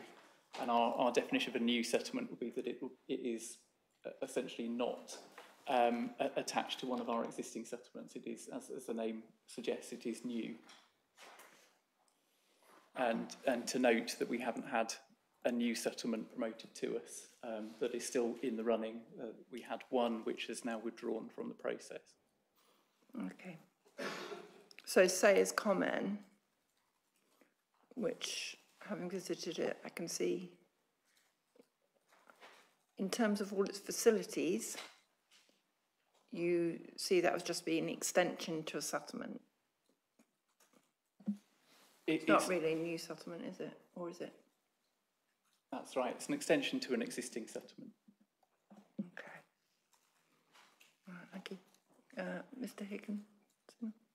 So, with respect to the Oldbourne Sayers Common proposed development and settlement, Sayers Common on the council's definition is currently sustainable. It has a pub, a community hall, a community shop, a nursery. It has access to Oldbourne Primary School. These are also proposed for, apart from the pub, also proposed for the development, but they already exist in Sayers Common and will not make Sayers Common more sustainable. So we're a bit puzzled as to how this will benefit Sayers Common. Thank you. Has meeting the needs of other neighbouring authorities been tested as a reasonable alternative?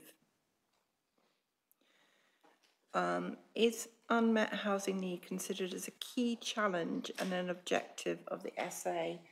And I've referenced table 3.6.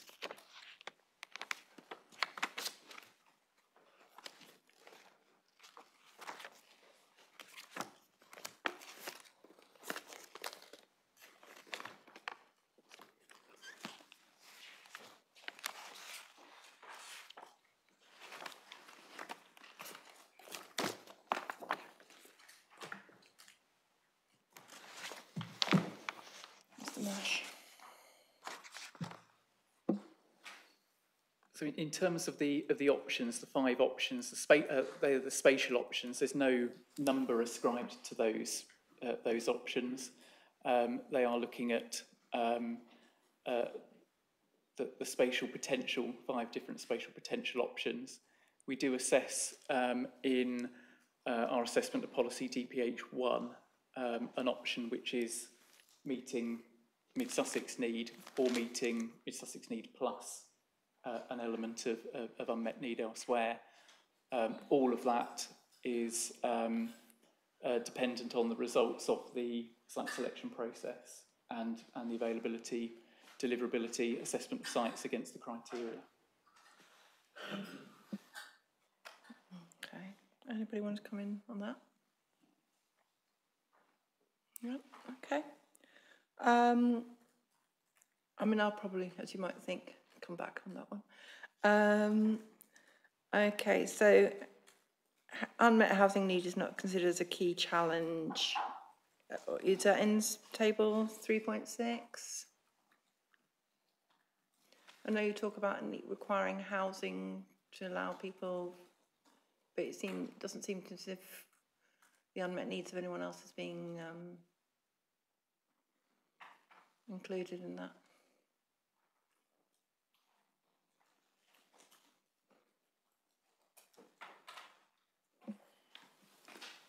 I don't think it's been excluded, though, looking at table 3.6. The objective is to ensure everyone has the opportunity to live in a home for their need in which they can afford.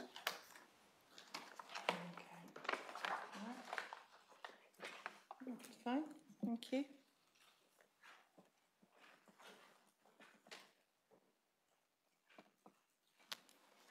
I'd quite like you to, oh, sorry, I do apologise. Mr. Buckwell. Yes, just one short point on this unmet need issue. I mean, I think that it is good that there is some attempt being made to meet the unmet needs of other authorities, but I don't feel it has been properly tested in terms of how far that can go. And as an example, if you were to look at the sustainability appraisal that was done for the previous local plan in 2016, that contained a full assessment in there of what would be an assessment of meeting the full unmet need of all other authorities, and I'm not suggesting that is what needs to be done here. There was also an option of looking at meeting half of those needs. There was an option of looking at meeting needs based on travel to work data. There was an option looking at unmet need on migration data. So it was something that was looked into in a lot more detail last time around, and I think that is an appropriate way to be looking at it again now. Okay, thank you. Mr. Merritt. Well, I think this is the point, I think, to come on to what I was talking about earlier, because as you said, it doesn't seem to be the case, nor from the SA, that this unmet housing need is something that factors in to the impact consideration of housing, the positive or negative. And that those are the scores in table, I think, 3.6. And Mum, the problem with this, we say, is that when you then look at the appraisal of the options, and that's summarised in table, just for your note, Mum, table 4.2 of the essay, you'll see there that under option 1,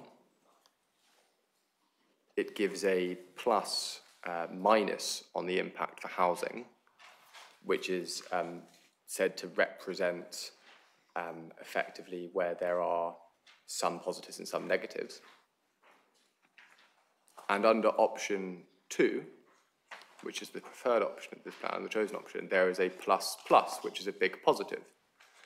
But pausing there a moment, and this is where we say there is a real inconsistency and a failure in this SA, is that option 1 is identified as being capable or of indeed meeting the housing need of the authority. And I take that there, I can see Mr. Brown looking up, I take that there from the appendix A4, option 1 assessment, and that's PDF page 124386. The first bullet point says this option has the potential to meet the identified housing need for the district, including the provision of affordable housing in mixed types or tenure housing. So the starting point for option 1 housing is that it can meet the identified housing need. And yet it appears by no reference to unmet need of other authorities, but instead rather broad spatial points, this becomes a plus minus, a positive and a negative. Whereas we see for option 2 under housing,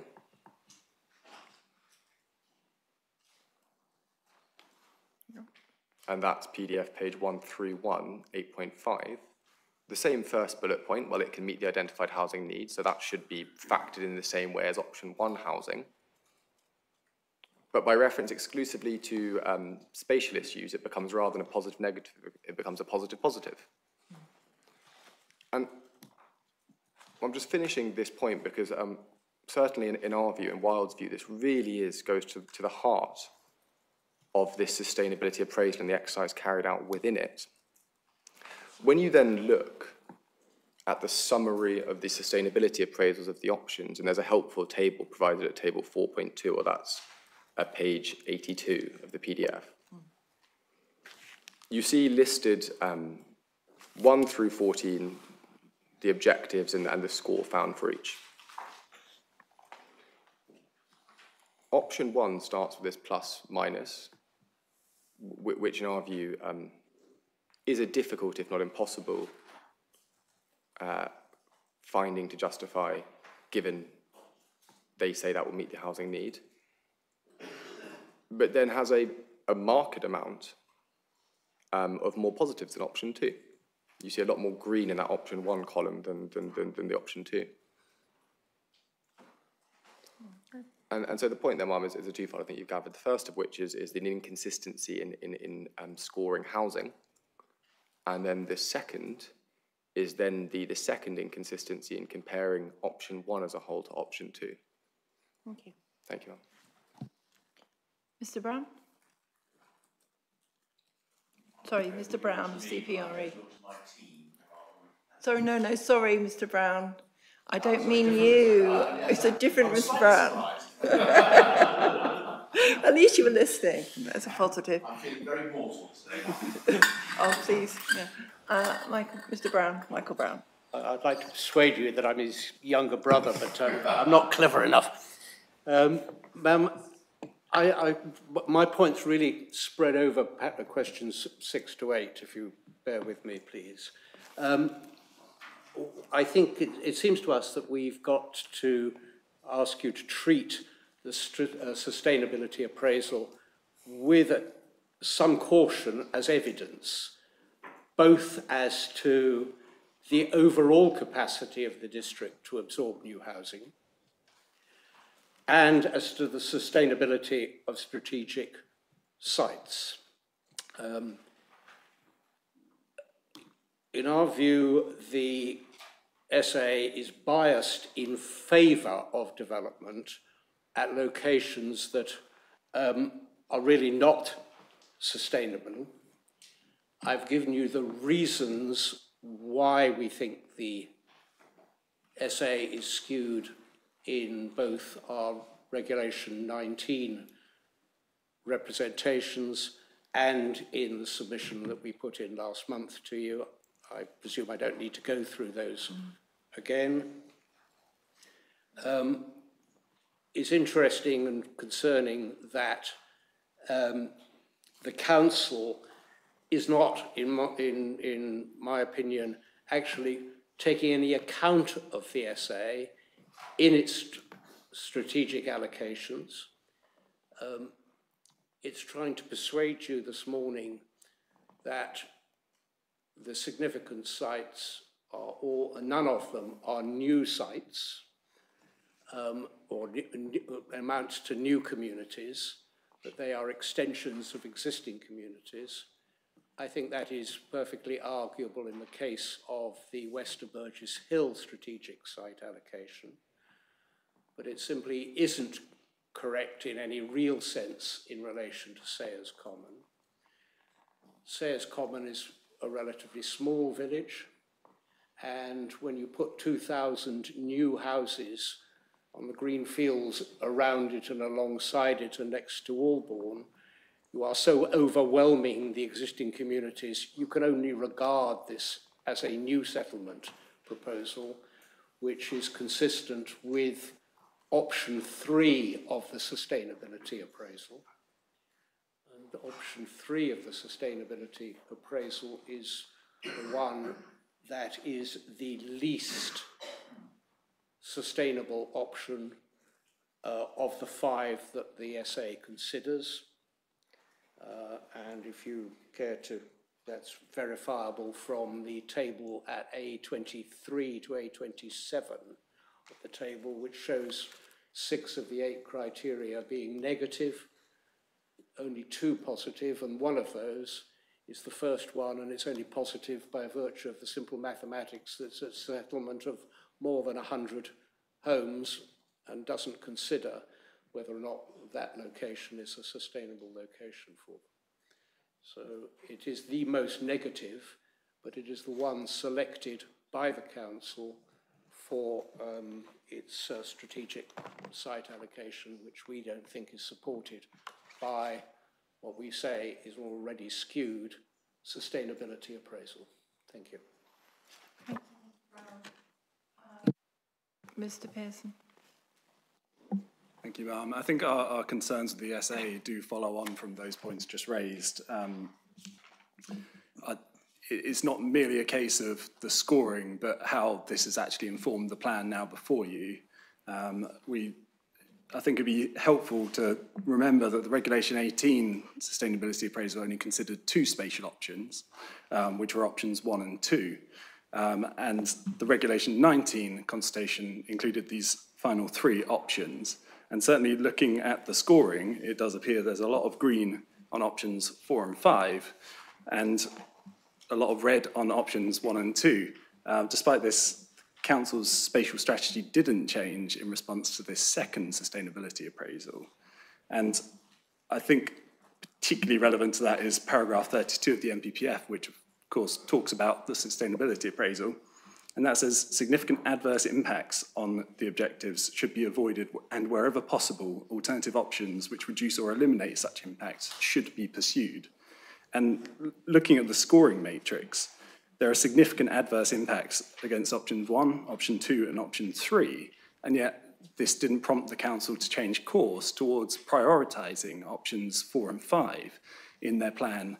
And I think that probably leads into your question earlier about whether a hybrid approach might be more relevant, because options 4 and 5 were rejected in some ways on the basis of the availability of sites. And clearly, if a prioritisation was used to make those the initial focus of delivering this strategy, and then if needed, looking towards other options, that would deliver greater sustainability benefits against this matrix. So I think there is some element of disconnect between the evidence base and the plan itself that I haven't seen explained effectively by the local planning authority.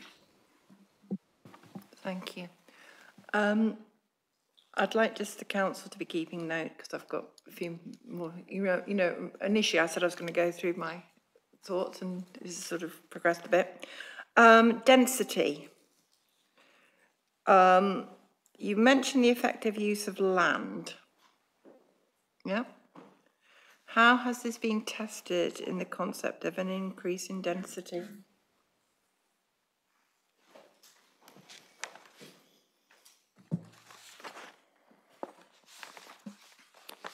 In terms of the sites that have been submitted to us,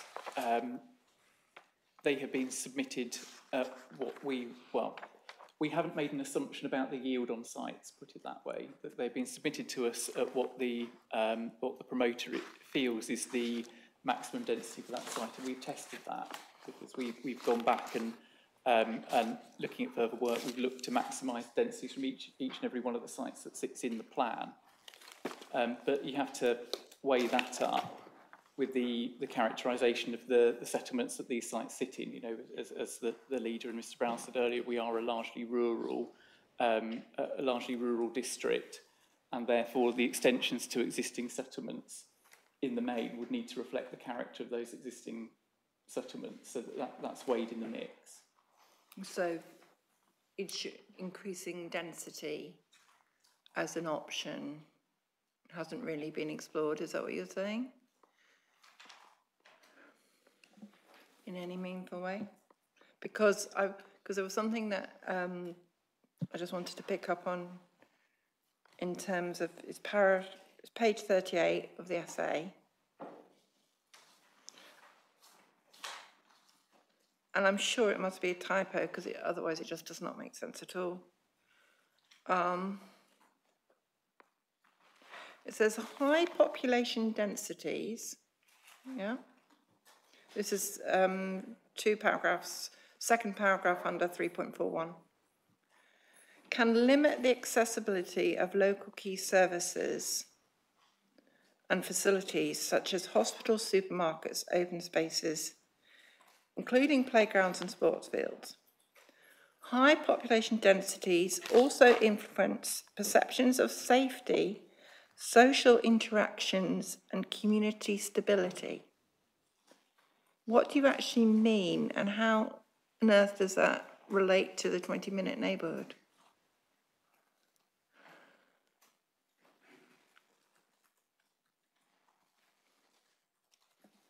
I think, as I said a moment ago, I think this is looking at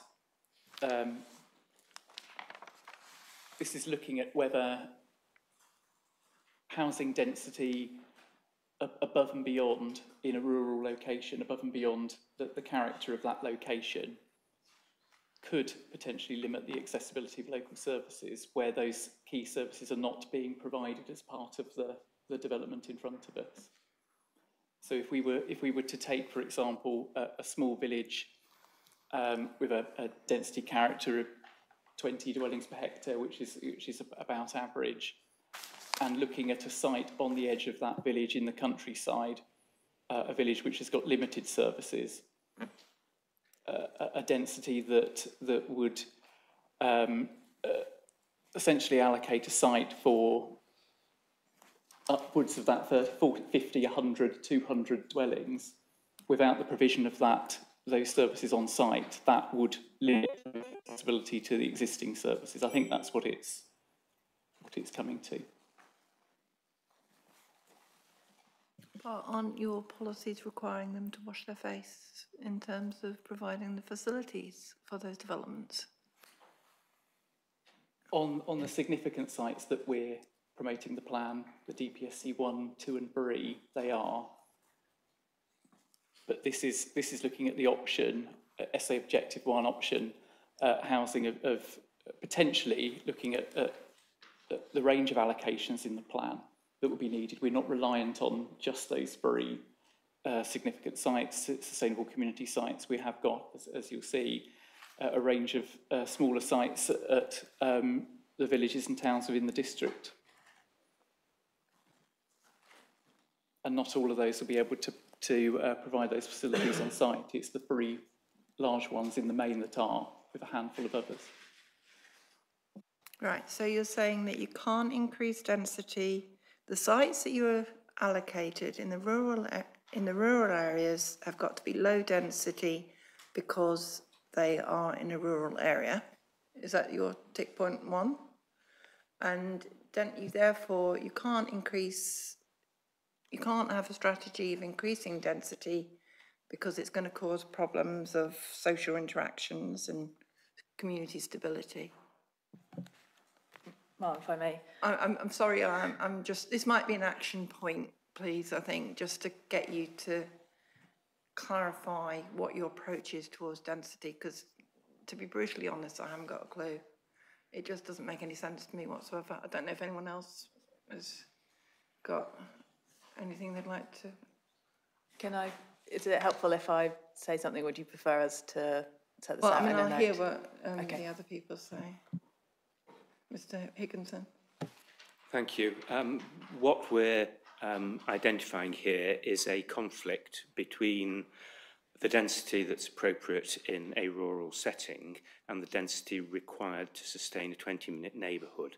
It's a fundamental conflict, and it's why it reinforces the point that 20-minute neighbourhoods are a concept for urban growth and regeneration, not for new settlement in detached rural areas. Okay, thank you. Ms. Salisbury, you wanted to come in here? Yeah, sorry. So just to the matter of the council's approach to density, the urban capacity study, which specifically has a section looking at approach to density.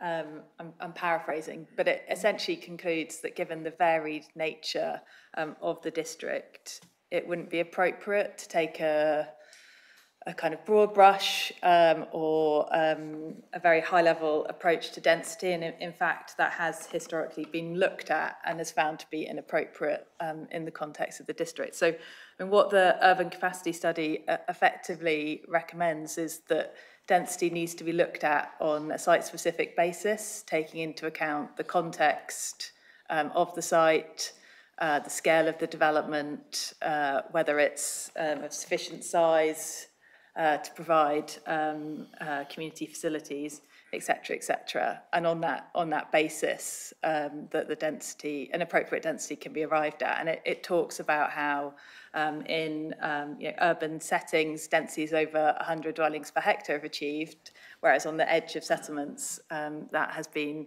as low as 20. So going back to your question about how that has been looked at, we would say that for each site that has come through the process, we've individually looked at how the density on that site can be optimised.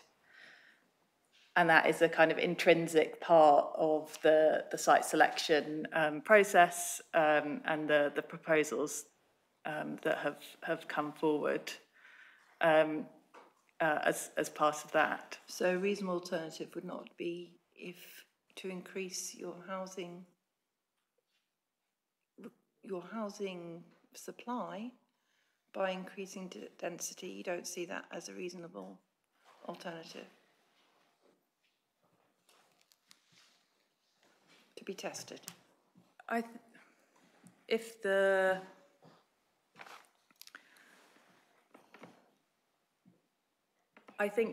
Sorry, did someone else want to? No, okay. No, I'm listening to you. No, sorry, I thought a colleague was saying something. I think we feel that it's a central part. I mean, it's perhaps in terms of the reasonable alternatives, I think what we would say is that it is reflected in the options that were considered. So I suppose this comes back to some of your earlier questions around how the SA and the site selection have interacted with one another. So option 5, I think, is very explicit, that it's looking at making best use of urban brownfield land, and as part of that, optimising it. That some of the other options are looking at different distributions and types of development. And in terms of the strategy that has been selected, I think what we have arrived at is a combination which brings together different elements of the options. So whilst option 2 ultimately has been the selected option, so the existing plan is predominantly option 1, and then a top-up strategy really of option 2 has been selected. Within that, elements of option 4 and 5 have been taken forward. So therefore we would contend that we have considered approaches to density and how they can be optimised as part of that. Mr. Brown from CPRE. The urban capacity study that the council is referring to does look at individual sites such as the ability to use petrol stations and things for development. What it doesn't do is ask the fundamental question: how do we densify Burgess Hill, Haywards Heath, or whatever, to a level of density of X or Y? They haven't looked at the alternatives of a completely new approach to town planning within the regulatory terms. Thank you. Okay, so in terms of my second action point of the day, there may be more, obviously. I really would like you to just do it, I mean, outside of really the essay, just to get my head around how you've actually dealt with density, because I don't want to sort of I may as well characterise it, because then it makes it easier for you to refute what I'm saying, what I'm thinking at the minute. But it seems to me that you've gone for, we'll look at the sites which are being developed in a rural setting, by definition have to be, in your world, low density. Therefore, we won't even consider as an option in the SA increasing density in anything other than the site-specific the sites that you've looked at in the town centres, which you've increased density on. Is that right? No, none. No? What the council has done of location, they've looked at how the density can be optimised on a site-by-site basis. Where is that? Pardon, as in where is that documented? Yeah. That has been considered as part of the site selection work, and the councillors discussed that in dialogue with the promoters of the site to ensure that the yield is optimised. I mean, from my understanding, it always comes out sort of like the standard. It's not an unusually, it seems to be pretty standard developer-led density, isn't it, mostly? I mean, you've got a few sort of, I mean, not a few, you've got ancient woodland and you've got various issues that you've used as, you know, that you're saying obviously you're not going to develop on, but it seems to be pretty low density stuff, most of it, on the greenfield land, is it not? I mean, irrespective of whether you've worked with the developer, it's not an option, is it? You haven't put it down as an option to increase density. And it's you know, we're looking at options, aren't we? We're not looking at the plan which is going to come forward. I'm trying to work out whether you've addressed all the options.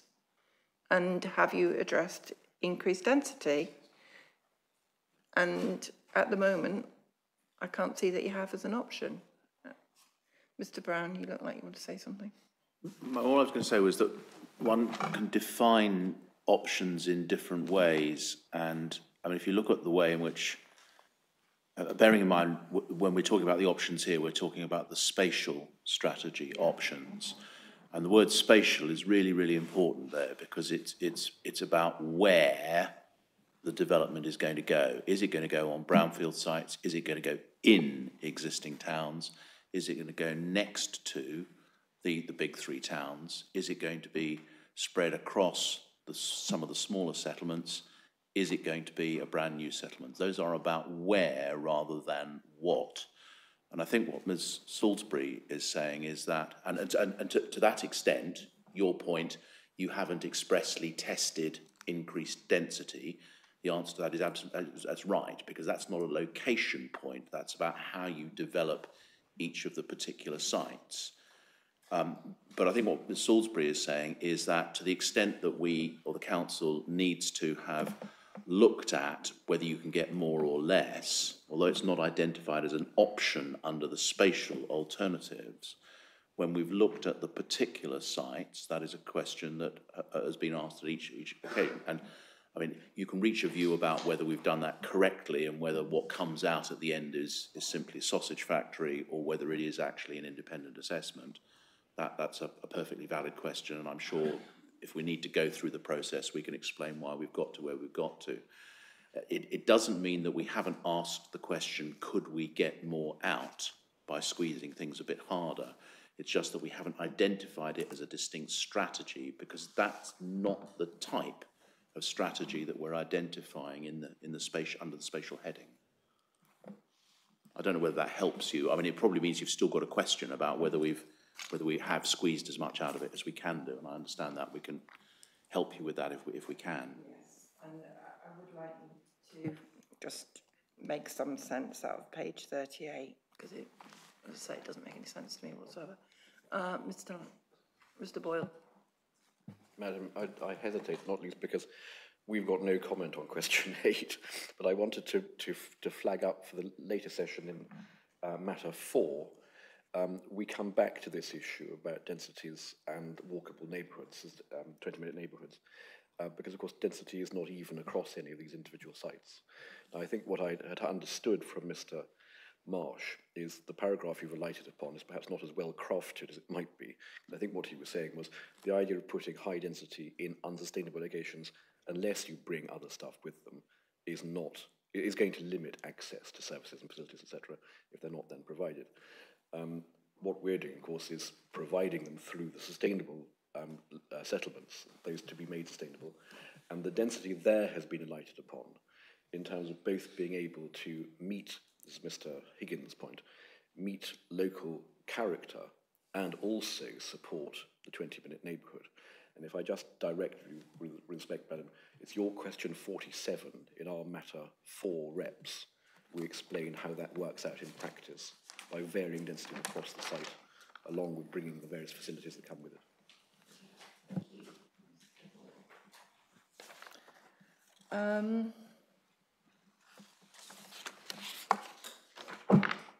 Still on question 8, actually. Option 2 of DPH1, that is on page B80, if you want to say.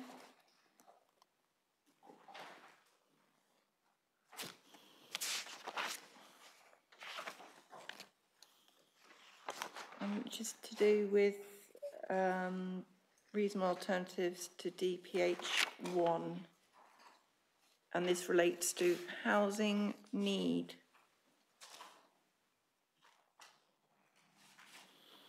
High growth approach, I'll read it out just for the benefit of everyone.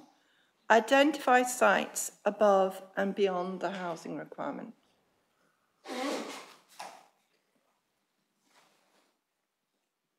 Okay. Page 80, B80, it says option 2 would be likely to ensure there will be sufficient houses to meet the needs of current and future residents and therefore a major positive impact on housing provision. But in any other, all the other considerations remain the same, apart from you have 2 crosses on 2 rather than 1 on 1, okay? Then, and this is the bit that I would like a little bit more info on, option 1 was brought forward as this was a more realistic option for the delivery of housing in the district. That is a very significant sentence. What does it actually mean? A realistic option.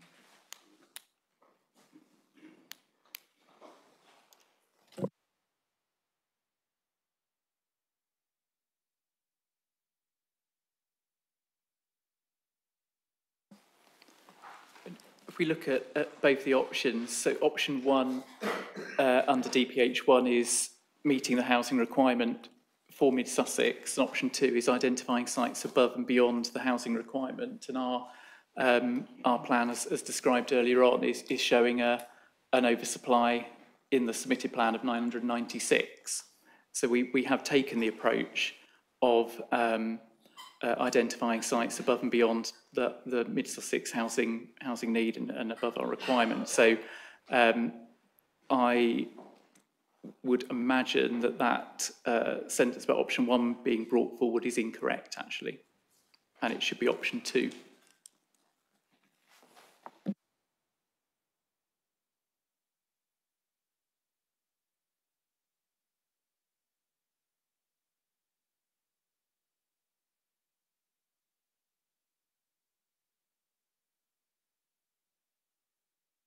Okay, thank you very much. No one else wants to comment on that. Okay, so the council's essay should have said that it's sort of just an aberration, that sentence, yeah? Yes, because the plan itself is displaying elements of option 2, identifying sites above and beyond the housing requirement. It's displaying options, it's displaying elements of it, but I don't want to get too into the housing number game. But had you not changed your way of calculating your local housing need as per what was put in your submission plan, would you have, at the 2040, how much of a surplus in housing would you have had? So to continue to 2039, that 996, to 2040, we are of the view, certainly from what planning practice guidance tells us, that we have the ability to relook at the... No, I'm not. No, I know you have the ability to do it, and I'm not saying that you're wrong. But what I'm asking you as a sort of thought out loud question is, at submission, when you thought your plan was sound, or when you were actually consulting on your plan, whenever it was in January of this year, and would you have recalculated the figures by then? You wouldn't have done. And I'm just asking you, at that period, if it'd gone to 2040, what would your oversupply be? So at the time that we consulted on the plan in January this year, we wouldn't have been able to recalculate. No, I know that. Let's forget about the recalculation of the supply, because that's within my gift anyway, let's face it. So sure, at the moment, we're dealing with the plan that's submitted. In January 24, and this is, I'm just thinking aloud in terms of the context of what you're saying here, as sort of just like a little bit of a reality test. And I'm always willing to be told I'm wrong, because it's always good to be told you're wrong. Because we all want to be humble, don't we, as we've said. Right, okay, so in terms of you rejigging it up to 2040, because you've agreed in principle that because the plan isn't going to be adopted for at least 15 years, therefore you need to extend it by a year. Therefore, if someone could very quickly, I'm sure perhaps somebody else will have already worked this out, how much of an excess would you have had at the end of the plan period if it's 2040? Is that, just to make sure that we're on the same page as to the calculation, Madam, and as far as I can see, there'd be an extra year of demand on that list. Yeah. But also, we have a number of allocations which just go beyond the 2039 period, which would be ending in that extra year, which would then be available. Yes, they'd be now, available. whether one is more than the other, I don't. No, I'm perfectly happy, because the calculation you've made in the, which you're now using, is using the changed affordability index, which I think reduces your housing by 60. Is it around 60? Yeah, 1090 down to 1039. So, yeah. So it's a quantum of 60.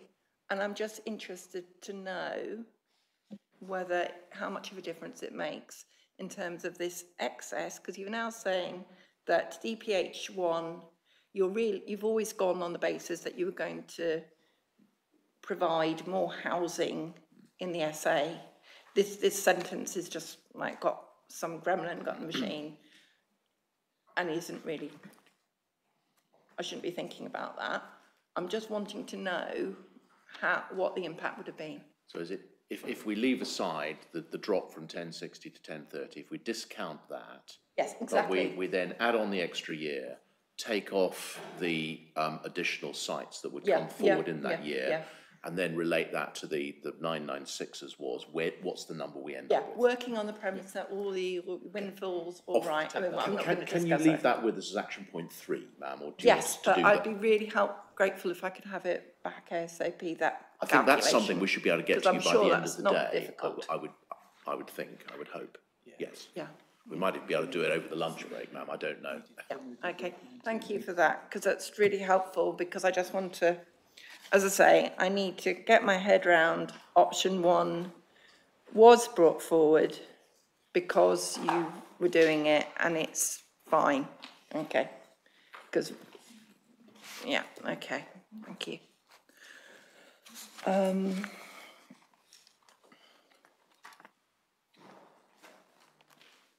Okay.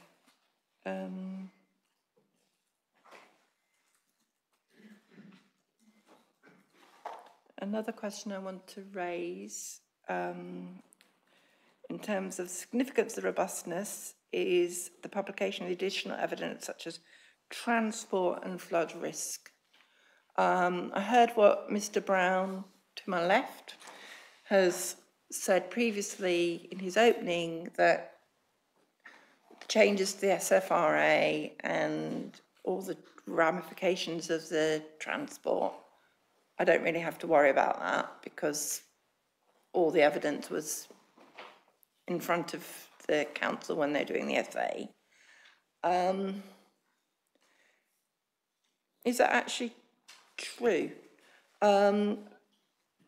Should the flood risk, for example, I know that you used up-to-date maps for your flood risk, but you didn't, is my understanding that you didn't use up-to-date climate change forecasts in the SFRA, the stage 2?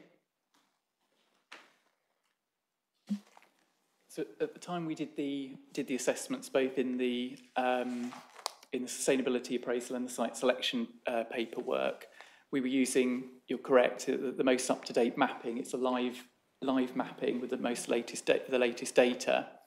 The position with the SFRA, as was at the time, was that there was a climate change allowance, and that was agreed with the Environment Agency, and it was shall we say, a pessimistic allowance, that it involved adding a buffer onto areas of flood zone 2 and 3. I don't want to shorten your question, but did you use the up-to-date ones or not? It wasn't the up-to-date ones in terms of climate of a specific model, which the new SFRA has done, but it did include a climate change allowance. Okay. So no. Yeah. Having done that, should you have rejigged all the sites in the SA, taking into account the SFRA, or not? Or is that not important? As we mentioned earlier on, the latest data that came out of the SFRA level 1, level 2, that are now in front of us, wouldn't have changed the conclusions to the ones reached originally. So again, it's reconfirming, it wouldn't have changed the conclusions or the scoring against the flooding and surface water objective in the SA or the flood risk objective in the site selection paper. Of any of the sites that have come forward through the plan process? For the sites that are coming forward in this plan, it wouldn't have made. No, I'm not talking about that. I'm talking about the sites that came forward within the plan-making process. Would any of them have been altered by the SFRA? The changes in the climate change allowance? So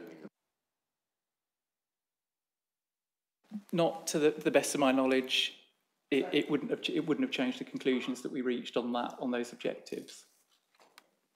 Right, but you've not done any of the testing to demonstrate that that is the case.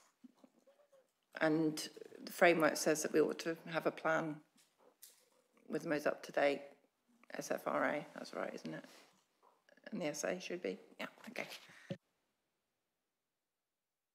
Need some food. You can tell I'm getting tetchy.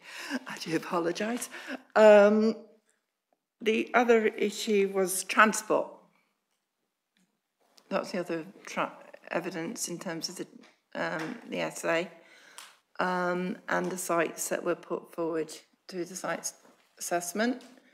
I know, I don't want to mention it, but the Anstey site was put in your stage 4 appraisal, was it not?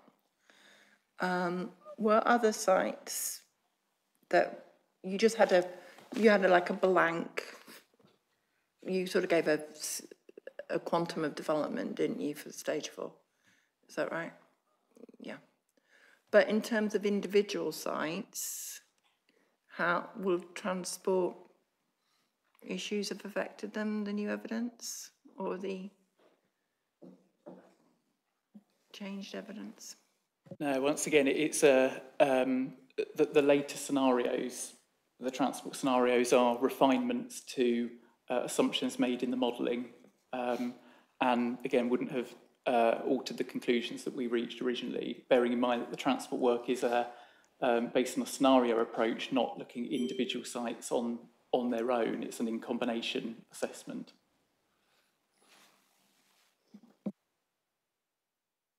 Okay. In terms of the scenario-based approach and individual,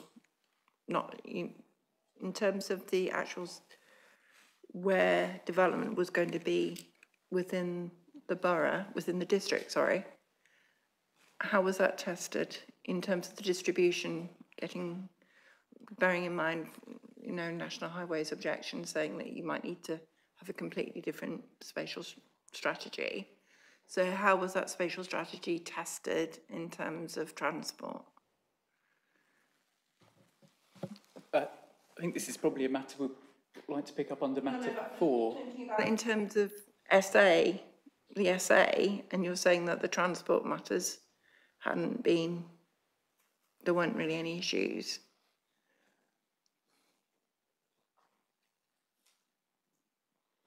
I just reiterate that the conclusions that came out of the later transport work were refinements looking at building on the previous scenarios that we had tested. So, for example, scenarios 3 and 4. And those scenarios were testing our preferred approach after looking at the compliance with strategy and the compliance with the site selection methodology, stages 1, 2, A, B, C, and 3. And essentially, it's when you're looking at an in-combination model such as that, the number of options that you could put through that model in terms of sites is almost infinite when you've got this number of sites in front of us, the different combinations of which. So that model is looking at our holistic view of what we think our strategy should be in the sites we put forward.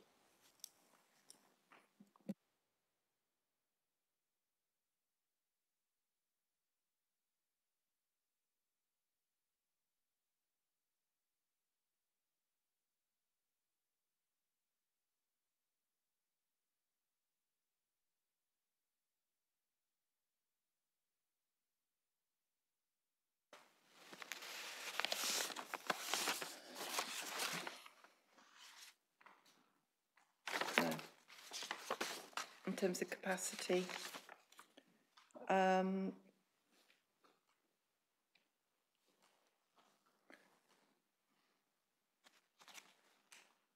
think, I mean, let's not beat around the bush. I probably will be asking you to test further capacity in terms of increasing housing numbers, just to ensure that I'm clear that that's been fully ventilated, as you like to say. This is particularly on the basis, and again, this is giving you the opportunity to put your horses all in order, or what the expression is.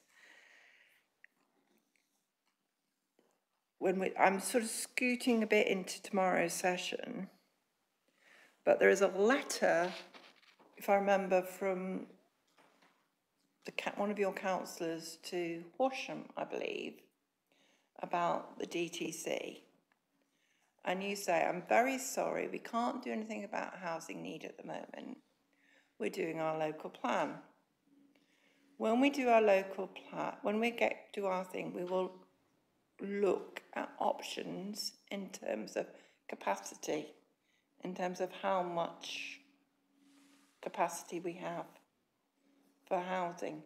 Have I misread that letter to mean capacity as in where everything can go, or volume of housing?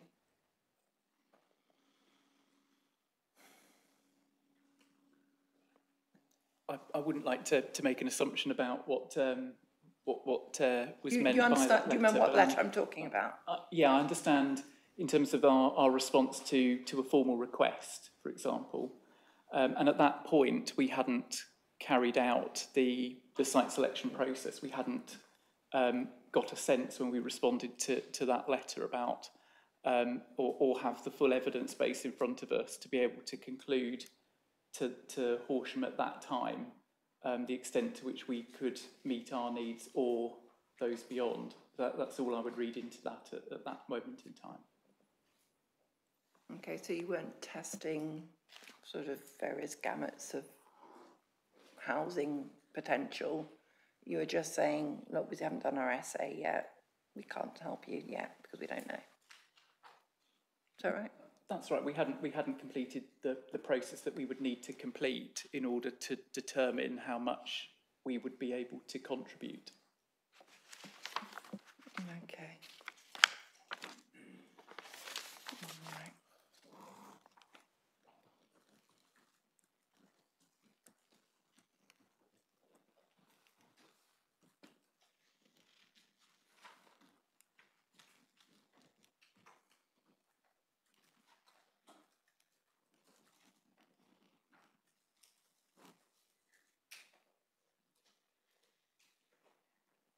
Okay, does anybody else want to raise anything?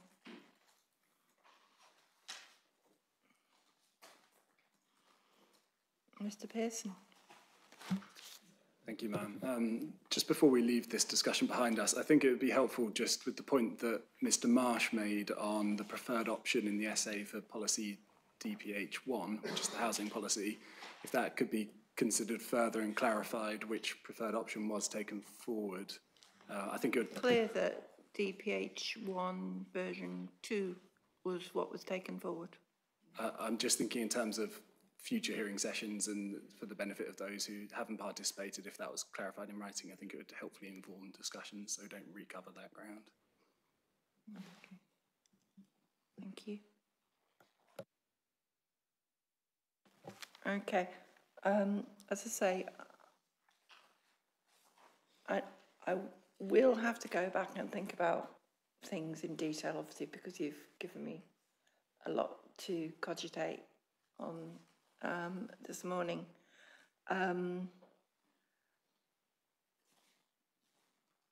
But I think it's fair to say I probably will be asking you, as I say, to test increases in the housing supply and an option, notwithstanding what Mr. Brown has said in terms of spatial option, but in terms of optioning how you could actually increase, how your density issues would impact on the plan. You'll obviously be re-looking at your text in relation to density, and if you could just do a little topic paper on how the council approaches density, because as I say, to me, it seems that apparently people like it when inspectors talk out loud. I don't know whether it's true or not, but I'm going with it. You have got a policy whereby your 20-minute neighbourhood is predicated on everything being together and close and high-density development, which is basic. I mean, we're not talking about 20-minute neighbourhood here, but the 20-minute concept is that everything's close and what have you. Yet, you say that dense development on the whole is a bad thing as set out in this document, other than in towns. Is that right? And I want you to be able to provide me with something that makes a coherent riposte to my crude potential misunderstanding of your approach. Is that okay? That's what you want us to do. No. But I just want it to be. I just want to give you the chance to put something rational together, because you've agreed. You've agreed that in this document, DPH1, actually you've got not a typo, just there's a whole sentence that doesn't really actually agree with what you were actually meaning to say. So I think it seems to be quite fair enough for me to give you that chance to put something together. Mr. Agnew. Thank you. If I wanted to speak after turn, in terms of that further option testing, would it be possible for the site selection and the sites that were discounted based on an assessment, I suppose, in terms of the heritage, and it didn't meet that balance, could that not be re-looked at as part of that? Because it changes the threshold of those sites being discounted, I would say, if you're looking at further housing need.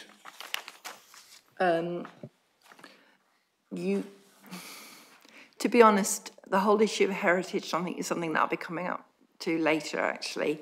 And I may be coming, remember, I'm going to write to the council after these end of these hearing sessions with sort of interim findings, and I may be asking them to undertake more work on the essay. So it's really just my initial thoughts on that. But in terms of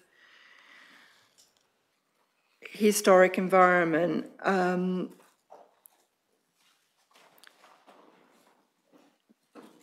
there may not, some sites will have an impact with historic environment, others won't. You know, I'm not going to necessarily ask them to redo that. Though obviously they do need to have a robust approach, and I'm sure they're only too familiar with Historic England's approach to site selection and the historic environment, where it's basically if a site is going to have an impact on a issue of heritage asset of importance, best to move on swiftly. And if you can't move on swiftly, mitigate. I may have misunderstood what Mr. Agnew is saying, but it seems to me there's a tension between what he's asking for and what you're asking. You're asking us to test density by going higher than we might have done and see what we could get. To the extent that sites have been excluded because of concerns about impact on heritage assets, the way in which you would test that by density is by looking at lower densities in order to minimise those impacts, which is going to take the density stress testing in the opposite direction to what I think it may do. Yeah. Well, it's unlikely to result in a higher level of housing having a lesser impact. So. Yeah, I suppose it depends where you put that housing, doesn't it? That's the point, yes. Isn't it? But yes, but thank you. As I say, I will be writing to the council at the end of the stage 1 hearings anyway, but thank you. It's before I leave, or before we all leave actually, this is your last opportunity to ask about the essay or to make any points. On the basis that nobody has their tabula written up, am I content that no one wishes to raise any other issue? Right, okay. Content that we all want lunch. Yeah, I mean, we all do, don't we? But saying that, it feels very long morning, but it's only 2 minutes past 1, so. Okay, thank you very much, everyone. I'm going to close this morning's session, and we'll resume at 2.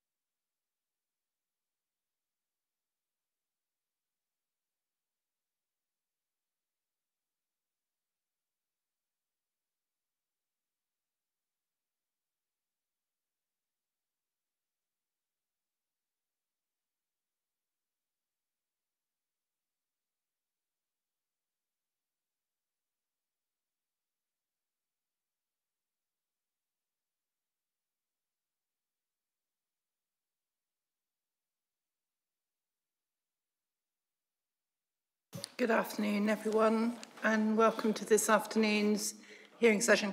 Excuse me, sorry, it's difficult to, I can actually hear you, but thank you. Welcome back to this afternoon's session on matter 1, relating to legal and procedural requirements. This morning we discussed plan preparation and sustainability appraisal. This afternoon you will be relieved to hear, I reckon it'll be a much shorter session. And we will discuss the habitats regulation assessment and other matters. I'd just like to truncate the HRA session in case anybody else, unless obviously anybody else wants to put their oar in, as we say. I'm content re the HRA, however, I would appreciate clarification between yourselves and the Natural England, because at their Reg 19 representation referenced that they currently unable to concur with the conclusion of no adverse effects. My understanding is that you rejigged your HRA and they are happy with that, but as much in this plan, it's always slightly obtuse. So could you just get confirmation from them that they're totally happy with the HRA? Because as far as I understand, that's the case, but I just wanted it confirmed. Yeah, and if it helps, Madam, in DC 18, the Statement of Common Ground does confirm that, but if you needed anything else from us, we're happy to provide it. Yeah, if you could. Thank you. I just wanted it specifically set out. Thank you. Does anyone else have any comments relating to the HRA before I moved on? No? Okay, thank you. You've answered all the questions I asked. In terms of other matters, does the plan, my question was, does the plan include all relevant policies to address the Council's priorities and adequately set out an overall strategy for the development as required by paragraphs 20 and 23 of the National Planning Framework? Specifically set out how each of the individual categories are justified back to up-to-date and proportionate evidence. We've discussed about whether it's being supplied by developers, and as one of your action points you were going to go over it and just double check that you're actually happy with the evidence that the developers have put forward. So it might be easier just if we go through housing. You've given me the evidence, and I'm content that you've provided, whether I agree with it or not, you've provided the evidence, yeah. Employment, again, retail, leisure and other commercial development, not worried about that. Infrastructure for transport, clearly that is very much an iterative process. Now, whether it should be iterative at this stage in the game is a moot point, but it has been.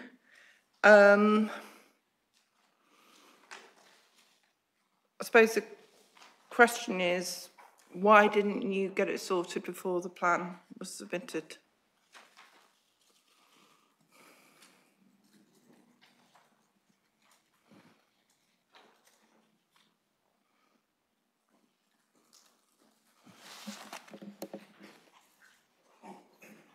This is something that we've had on this plan and a previous plan, in that the work that we've had at the point of submission has been enough to satisfy us and our partners, including the county council, that there is a prospect of mitigation and a prospect of mitigation working, and the work that's been carried out since has been to define what that is, and so that's the work that's followed since submission.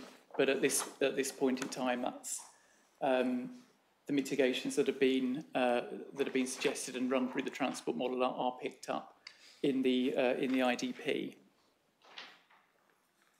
Obviously, we'll discuss transport information in matter 4, but it's not strictly true to say it's satisfied everyone, because the National Highways put in an objection saying that it couldn't demonstrate it. So that is clearly an issue for me to ponder.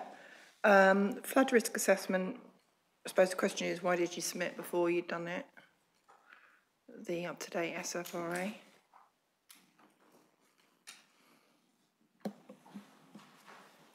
Yeah, I'll refer to the answer I gave earlier on, that the SFRA information was in front of us from the previous version, which was in the library and been subject to consultation. We were aware of the findings emerging from that work, and gave us enough confidence to submit whilst that was finalised. Okay. In the framework, does it say that's what you should do in terms of justified? And are you saying it's proportionate evidence? Is that your argument? Yeah, proportionate for plan making, that's right. Okay. Again, it's for me to make my decision whether I think this actually is the case, but... Okay, heritage. As far as I can see, there's no evidence whatsoever to support your plan in terms of heritage, or am I wrong? There's nothing on the examination website, is there? Sorry, I didn't hear the second part. Heritage matters. Because are you not meant to provide a positive strategy for heritage, and it's supposed to be evidence-based? So we have the development management policies and the plan regarding heritage. Heritage has been picked up in the site selection process as one of the criteria, and the evidence on the evidence that's been arrived at for each of the sites under that criteria is based on our internal. Is there a heritage document? Like lots of plans I do. I'm not saying that I always want to have lots of documentation, because no inspector wants lots of documentation. But normally there is a heritage study which says, you know, this is what our plan is, this is what we're going to, how we're going to deal with heritage in our district, this is what makes it special, etc., etc., etc. Is there any heritage evidence supporting this plan as a standalone document? Not as a standalone document, no. And the heritage, so the heritage evidence is basically in your site-specific, site selection methodology, where you say, I spoke to conservation officer is less than substantial harm. Yeah? Or there is substantial harm, or there isn't any harm. Is there any other standalone stuff that I can look at?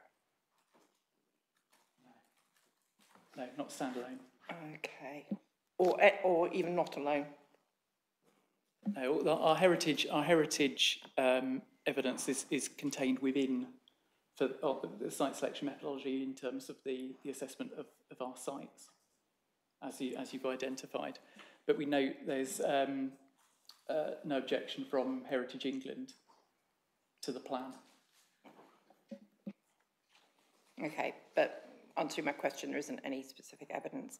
That reminds me, actually, in terms of your essay, am I right that you've changed the way you deal with heritage through, sorry, I shouldn't really be doing this, but I'm going back to the essay. Didn't you change your way you dealt with heritage in that you weren't, at one stage, you didn't seem to be following the NPPF properly in terms of, you were saying it's less than substantial harm, therefore it's only minimal or something, whilst of course we all know, the planners amongst us, that any harm for heritage assets are something that should be avoided, etc. So did that, so what base, again, there's no evidence for you to have done that, as purely sort of just through the science methodology. Okay, thank you. Sports England made a rep saying that you hadn't done any studies. Have you done any studies, and shouldn't you have done a study? And if not, why not?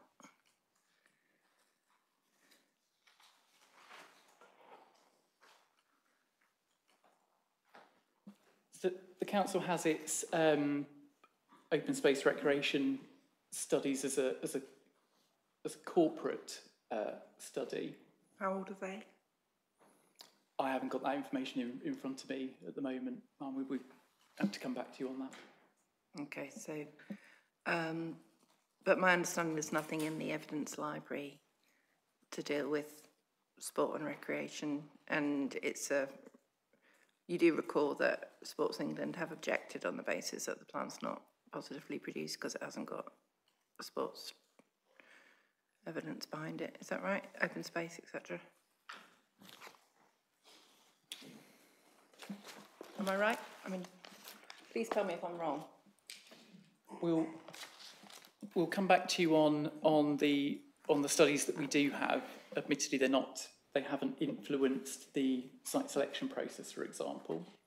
But we do have the policies in the plan about protection of open spaces, sports recreation, and the standards set out in the development and infrastructure section about provision of and the requirements and the thresholds for provision of new open space sport and recreation facilities.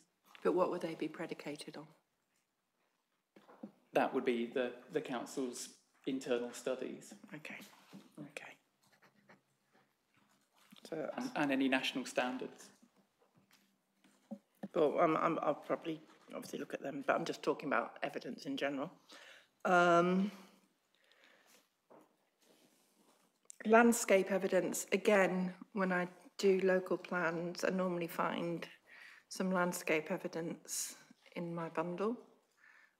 Is there any landscape evidence which you've used? Yes, we recognise landscape as being one of the criteria in site selection methodology again. That has been based in part on our landscape evidence provided by both site promoters and by, including LVIA or LVA, and on our landscape work that we carried out for the previous district plan. Happy to put that into the library. Right, but so there's no standalone study for landscape that I can be referred to at the moment. Is that right? You've relied on developers and what you've done in the past, but you haven't got that in the evidence library. That's correct. The evidence exists that accompanied our previous plan in terms of the capacity of Mid-Sussex to accommodate development and the landscape character areas.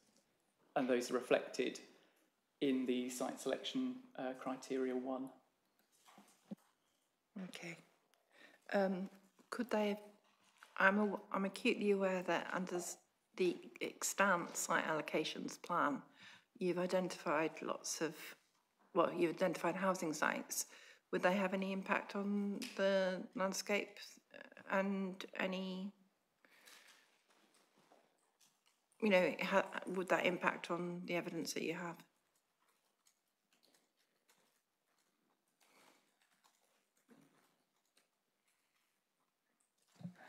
I think the answer is no. In broad terms, the council's satisfied that the evidence that it collected previously still applies.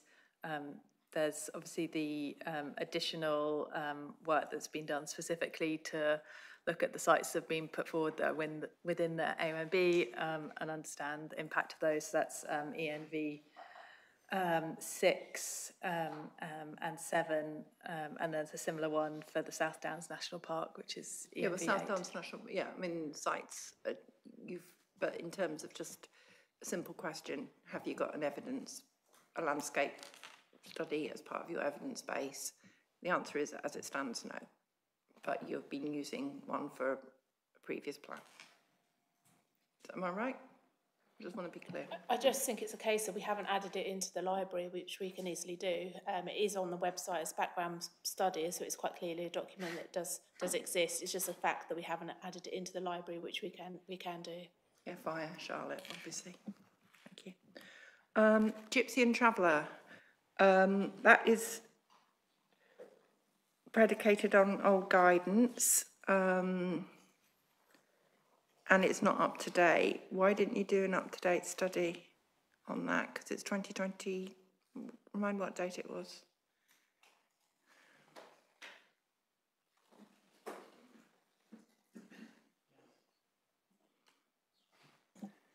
Yeah, just confirming, it's a 2022 study. Okay, all right.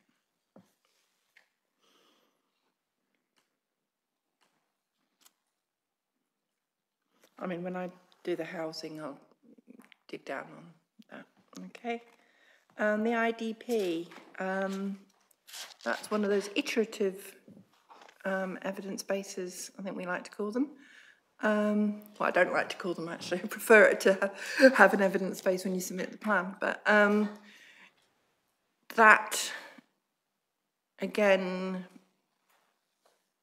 has changed substantively since the plan went out for publication. Is that correct? So the updates, the IDP, relate to the ongoing transport work and the transport mitigation, as we said, the refinement of the scenarios, and the identification of the specific mitigations required and the cost of those. Okay, which obviously have an impact on viability, etc. But we'll come to that when we come to that. Okay.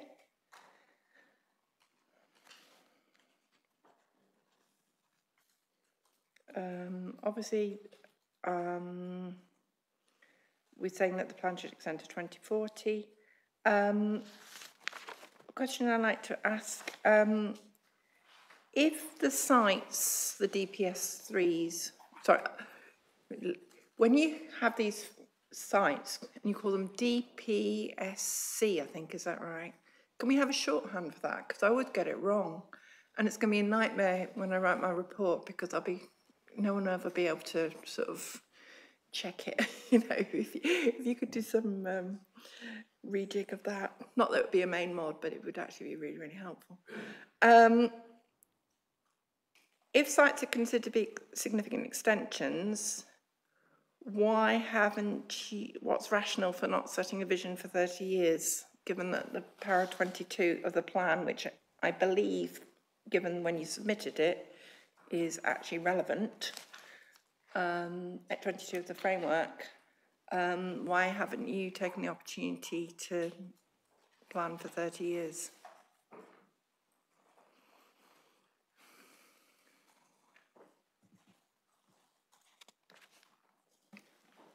Apologies, just fetching the specific wording of the framework.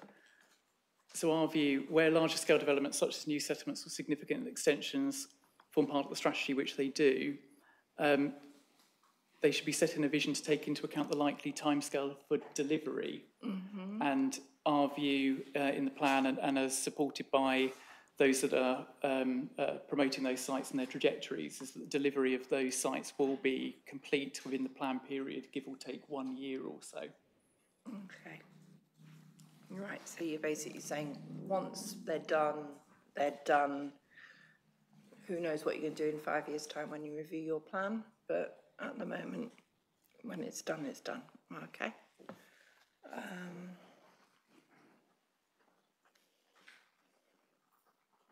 I mean, it's a different question whether you should have altered the time period and perhaps increased development at those sites, but that's a moot point.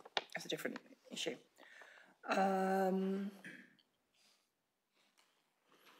Right, what I'd like to, sorry, does anybody else want to please put your Toblerone up at the appropriate time? Can I just ask, I would at some point like just to talk a little bit about my representations on a low wheels policy. I don't know whether you wanted to deal with that landscape. I'm happy to wait to the end as whatever. I'm not quite sure where you. I mean, I'm not even. Can we just park that for the minute? Thank you. That's fine. Yeah. In terms of question 19, neighbourhood plans. You've told me that lots of the borough is covered by neighbourhood plans. But how have the neighbourhood plans actually informed its genesis? because I know that has been some representation stating that they've been ignored. I mean, I do appreciate, of course, that the strategic plan, by definition, will override, so to speak, the neighbourhood plans. But I just wondered to what extent you'd work with the neighbourhood plans to try and achieve their vision as well as bringing forward yours. From the neighbourhood plans, we were an early adopter of neighbourhood plans. So there are a number of the 20 that we have made in the district which were made early on in the neighbourhood plan process. So 2015, I think, is our earliest. As you rightly say, the strategy has changed twice since then because we adopted our current district plan in 2018. And this is the review of that plan. So there are a number of those neighbourhood plans which are of some age, and therefore, as our housing requirement increases and other needs that we need to look at have increased, and we've responded to those. What I would say in terms of the neighbourhood plans is that they aren't including strategic policies, so they are generally looking at localised policies. Any of our policies in this plan, as per the law, would supersede where there's a conflict. We don't see that there are, or a handful of examples where there would be a conflict. And in each of the neighbourhood plans that have got site allocations within them, they still form part of our supply. They still sit in our commitments list, unless, of course, they've been completed in the meantime. Okay. Right. Thank you. Okay. I'm going to have one last question, and then if anyone else has got any queries. Climate change. 20. You've set out all the policies relating to climate change, which obviously it's likely that we would have a separate session on that. But it's a legal compliance issue, and I'm just interested in terms of the issue of whether new developments would be genuinely sustainable. That's a test, isn't it? How has the location of development been assessed to whether new developments would be genuinely sustainable, remain important factors in demonstrating that authority is on a pathway to net zero and is therefore compliant with the provisions of the Climate Change Act? I just wondered whether you wanted to address that when we do matter 4, but it is an important issue in terms of whether the plan is sound, whether your policies actually are genuinely sustainable, rather than you can, if you have 90% people moving, to what extent it's just reducing the threshold of people moving, proportion of people moving. So, did you want to raise that matter, discuss that matter 4, or do you? I suspect it'll be easier to address it when we have the detail of the policy, of the suite of policies in front of us. I mean, well. No, but I just really saying that in terms of legal compliance, I just want to sort of flag. Yes. That developments have to be genuinely sustainable in order to get to net zero, rather than sustainable, whatever that means. And I just wanted to flag that, really. Okay. Does anyone have any queries apart from Mr. Brown from the CPRE in relating to those issues? Mr. Spry.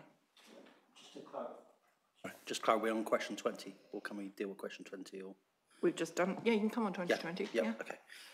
So it's just hopefully quite a simple point that we made in our hearing statements around the elevation of SPD to part of the development plan, and obviously that's not an appropriate course because SPDs aren't subject to this kind of examination process. Sorry, sorry to stop there. Actually, I had got 20 to be 21. That's my mistake because I put my notes in. So I was actually going to ask about 20 in a minute. So it was other questions I was going to... No, it's fine. It's fine. So 20. Have policies applying appropriately elevated extant policies. I saw your response. Thank you very much for that. However, as a little action point, and Mr. Spry can come in a minute, I was going to ask you to redo that, to be honest, because you talk about statutory documents and you refer to them, but just because it's a statutory document doesn't mean that it's something that should be in the development plan per se. You also reference car parking standards, which should be from another document. Again, all these things actually have to be examined because otherwise no one ever has the chance of actually challenging them. Because sometimes for example, you reference car parking standards from another document, even don't put it in the supporting text, just have it in the plan and then we can say whether it's right or wrong, you know. So I would be asking you to reappraise that. Mr. Spry, does that help you? Yes, I mean, the two references we identified, well, I think the first one was the one you referred to, which is on page 6, that lists the documents that are said to be part of the statutory development plan, and there's a supplementary planning document as part of that. And then policy DPB1 requires compliance with the design guide in order to be comply with the policy. And clearly the design guide isn't part of the development plan. So I think in both those cases, they should be removed from the plan. Thank you. I would hope the council, as part of their action point, would go through it in a bit more of a front. I mean, I appreciate probably at the time you were sorting out your MIQs and you had lots of other things to do, but it's very important that it shouldn't be any reference to it. Mr. Brown. Madam, we're very happy to take that away, but in doing it, can I just ask for your views on one matter? And because I think certainly in the council's experience, it's an area where different inspectors have a slightly different take on it. I understand entirely that we can't elevate an SPD to the status of the development plan, so compliance with it is inappropriate. I think in Chichester, for example, the inspector there was happy to see a watered down version of that, so have due regard to, but I'm conscious that others of your colleagues don't even like that form of words. There's no point us producing a response which ultimately is not going to find favour with you, and I get the sense you don't even like have due regard to. No, I'm sure, I mean, to be honest, you've probably read my reports, haven't you? So you would know that I would say get rid of anything like that because it has to, I mean, having due regard, I don't want to, no. No, I would like you to get rid of all that, and because you do reference quite a lot of SPDs as if they're standalone policy documents and that you're going to be dealing with them and they've all been done. Those ones that have been done in the past, to be honest, have got no are likely to have no status if the policies don't remain, if they can't reference the policies in this plan once it's adopted. So I think that's what you've really got to be aware of, that policies that you've had as long-standing policies that you've referenced quite regularly, unless they actually are consistent and expand on the policies in this plan, they're defunct, basically. I mean, not putting too crude a point about it, but that's the case, isn't it? Yeah. We can take that away, ma'am. Thank you. Okay. Thank you. Can I ask you about the policies maps? I got these here, and you can see I've scribbled on them because I've actually been out. Do you have policies map? Do you have a policy map which is for the whole of the district? Yeah, so we have the interactive map, which is a combination of all of those. But if we wanted to produce a map which is essentially that, but those being the insets to it, then that is possible. But does it exist at the moment? Doesn't exist as a standalone PDF that you can download.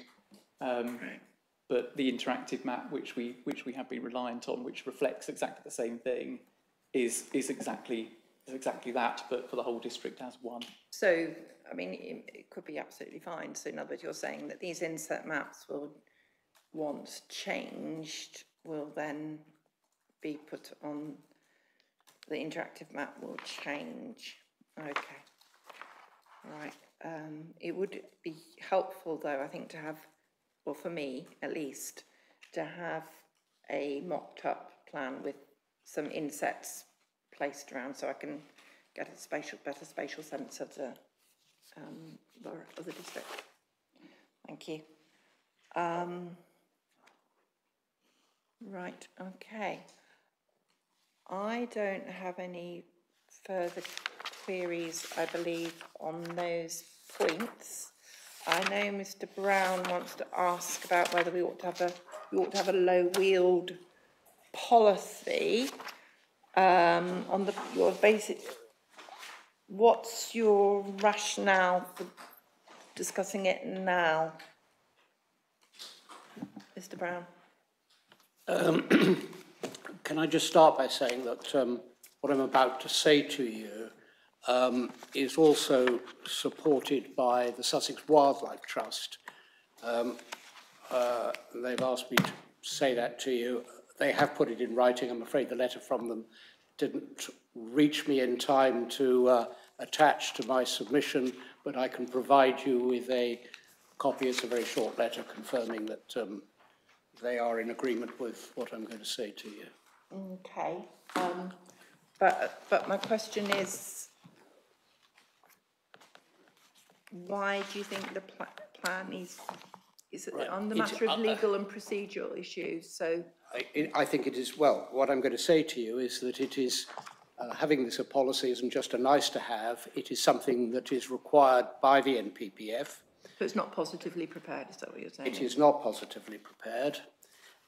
And I refer you to, as I do in my statement in last month, to section 19.1b of the Planning and Compulsory Purchase Act 2004, which simply says that each local planning authority must identify strategic priorities for the development and use of land in the authority's area.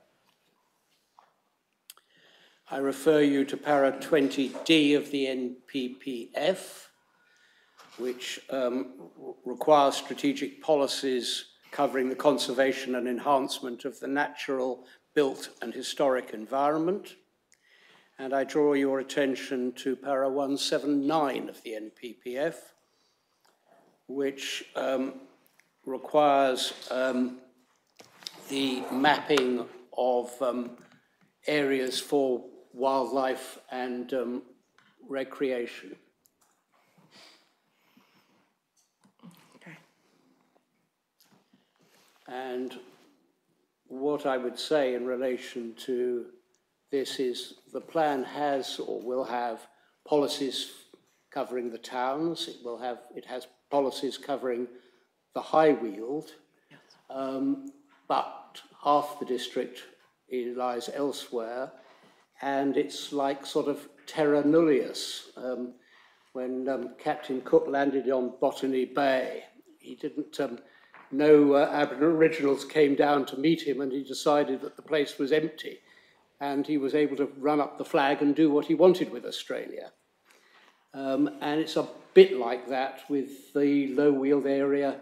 There are no strategic plans. It isn't just a potential dumping ground for new housing. It's an important, albeit undesignated area. I refer you in my submissions to the National Character Area study of the low-wheeled, which makes heavy play of just how important it is as a habitat.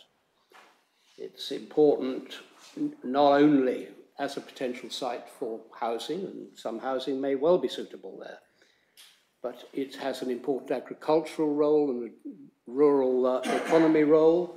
It has an important role for wildlife. It's a climate capture area, it's flood mitigation, it's an area for recreation and well-being, it's an important buffer between the coastal towns and urban development that really starts at Gatwick and Crawley and goes on to London. It's not right that you should simply say, oh, we'll look at the environmental implications as part of a site, an individual site analysis. That's putting the cart before the horse. You need to look at the strategy and policy as where is suitable for development, what the other important features are that need to be protected and dealt with. And unless you have the policy, you are placing housing in a vacuum and depreciating the value of the area as a whole. It needs a comprehensive policy, and the 2004 Act and the MPPF require it. Okay, thank you, Mr. Brown. I mean, I may, at stage 2, clearly I'll be looking at policies in relation to landscape and design and the natural environment.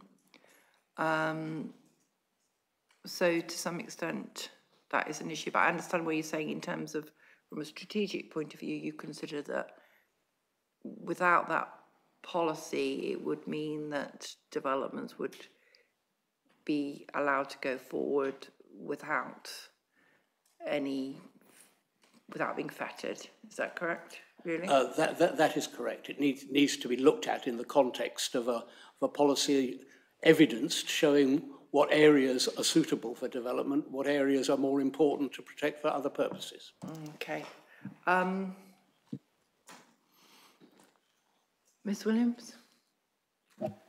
Following on from that, can I also request that any report is not lost in archives, as in 2004, following the West Sussex Structure Plan, a biodiversity study was done, noting all the biodiversity in the area, but apparently, because the people who, this was also funded by Mid-Sussex District Council, but because the people who were here then are no longer here, that report has been forgotten about. Sorry, are you saying it was one done by the funded by the council? Well, I'm afraid obviously I don't have any locus over the county council, nor, to be fair, probably does the district, but I appreciate you're saying that in terms of evidence basis, you would like the council to make sure that it keeps those up to date. Is that correct? Is it correct that we do keep them up to date, or that? Well, just clarifying what Ms. Williams is asking. I'm not aware of the document. I don't know whether anybody on our side is aware of it. I think that's the big problem. This Sussex biodiversity point was done. It's actually registered with the Sussex Biodiversity Group, but when it was brought to the attention of the council, no one currently employed by the council knew of this project, knew of the work that was being done, the whole record keeping, so it was ignored because no one knew about it. So therefore, can I request that if a low-wheeled survey is done, that work isn't lost for future generations? Thank you very much, Ms. Williams. Would the council like to, does anybody else wish to come in on these points in terms of the concept of a policy for the low-wheeled? If the council wanted to come back on the Mr. Brown's request, but I just want to clarify with Mr. Brown, the low-wheeled has no, whilst the AO and, so I keep being told that you have the national landscape to the north. It is not a designated area. There are individual SSIs in it, but it's not a designated area, which doesn't mean that it's valueless. So in terms of the paragraph 11, it has no rarefied or sort of Madam, I think you anticipate what the council would say, which is where there is a a designated paragraph 11 landscape, the council has a policy to deal with it. In terms of other areas of countryside, and the low weald may not be the only area of other countryside in the district, there is policy DPC1, the protection and the enhancement of the countryside. It doesn't refer by name to the low weald, that's because it covers all countryside, but it is a policy that I know Mr. Brown would like to see it as a strategic policy, and it currently doesn't have that label on it, but that's because the council considers this is not a strategic matter, but a development management matter. And if you disagreed with that, I'm sure we could put the label strategic on it, but we don't think that that would be appropriate at the moment. But it isn't that the plan ignores countryside such as the low weald. There is a policy there which does it at the moment. We can discuss on another day, perhaps, whether it goes far enough. Yes, Mr. Brown, as I say, at stage 2, where obviously I'll take away what you've said to me and think about it. But at stage 2, there will obviously be the opportunity to tighten up or make those policies more effective. Thank you. Thank you. Ms. Williams, you've still got your Toblerone up. Is that on purpose? No. Okay. Yes, one wouldn't want to eat it. Okay.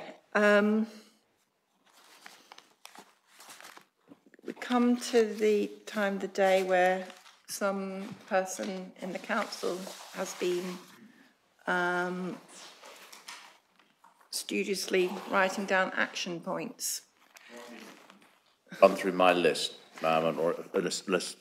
Salisbury, have you been keeping a list as well? I'll tell you what. The less barristers do, the better, I think. No, it's fine. I'm sorry. I'm not. But also, if anyone else, many brains make better action points. If anybody else feels that one of my action points has been missed, please don't hesitate to stick your Toblerone up. Yeah. Okay. And just to clarify, I'm not going to set out the when, I'm just going to do the what, because I know you wanted a what, who and a when, so the... Yeah, I mean, I might sort of up some of them at whens, but you carry it.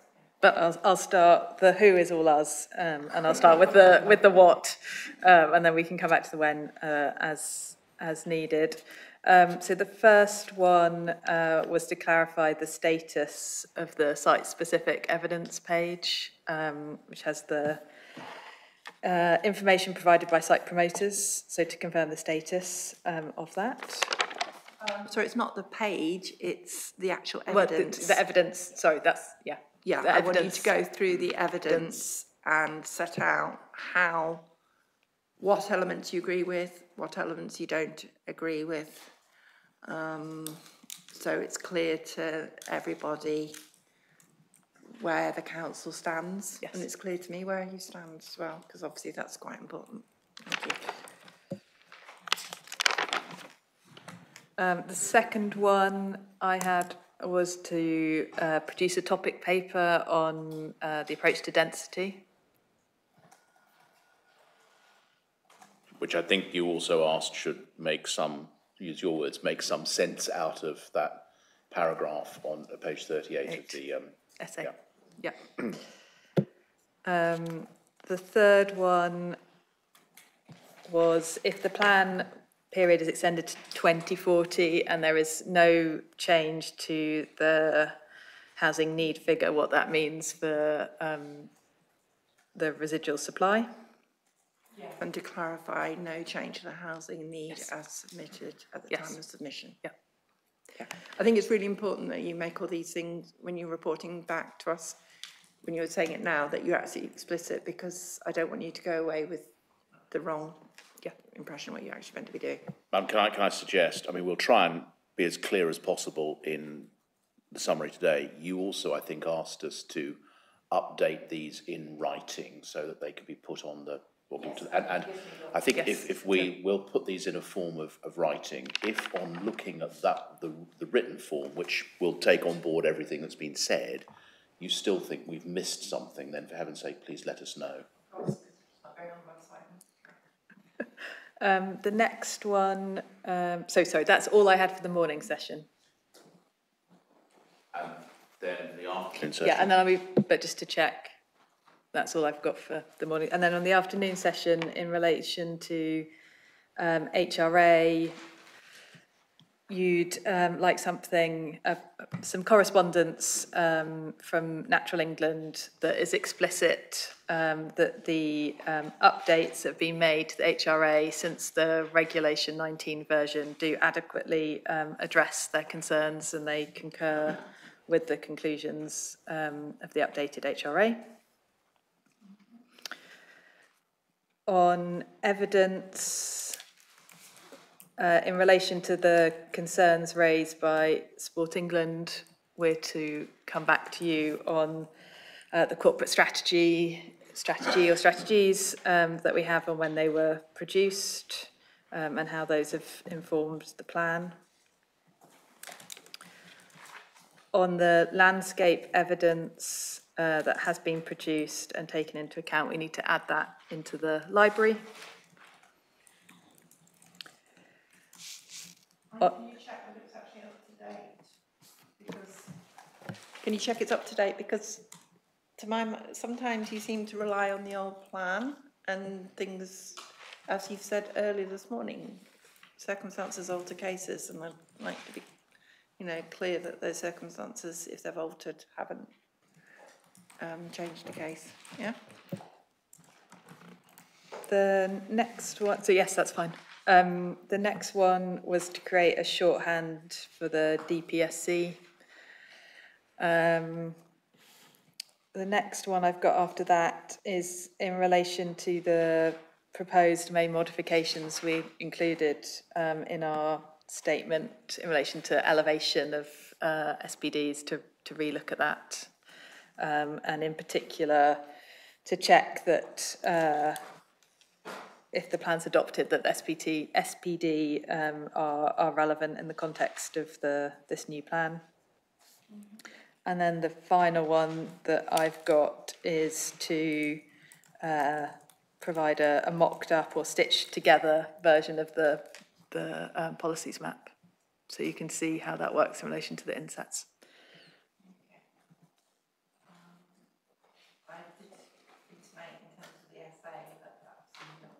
Yeah. Yes. Does everyone else agree that we...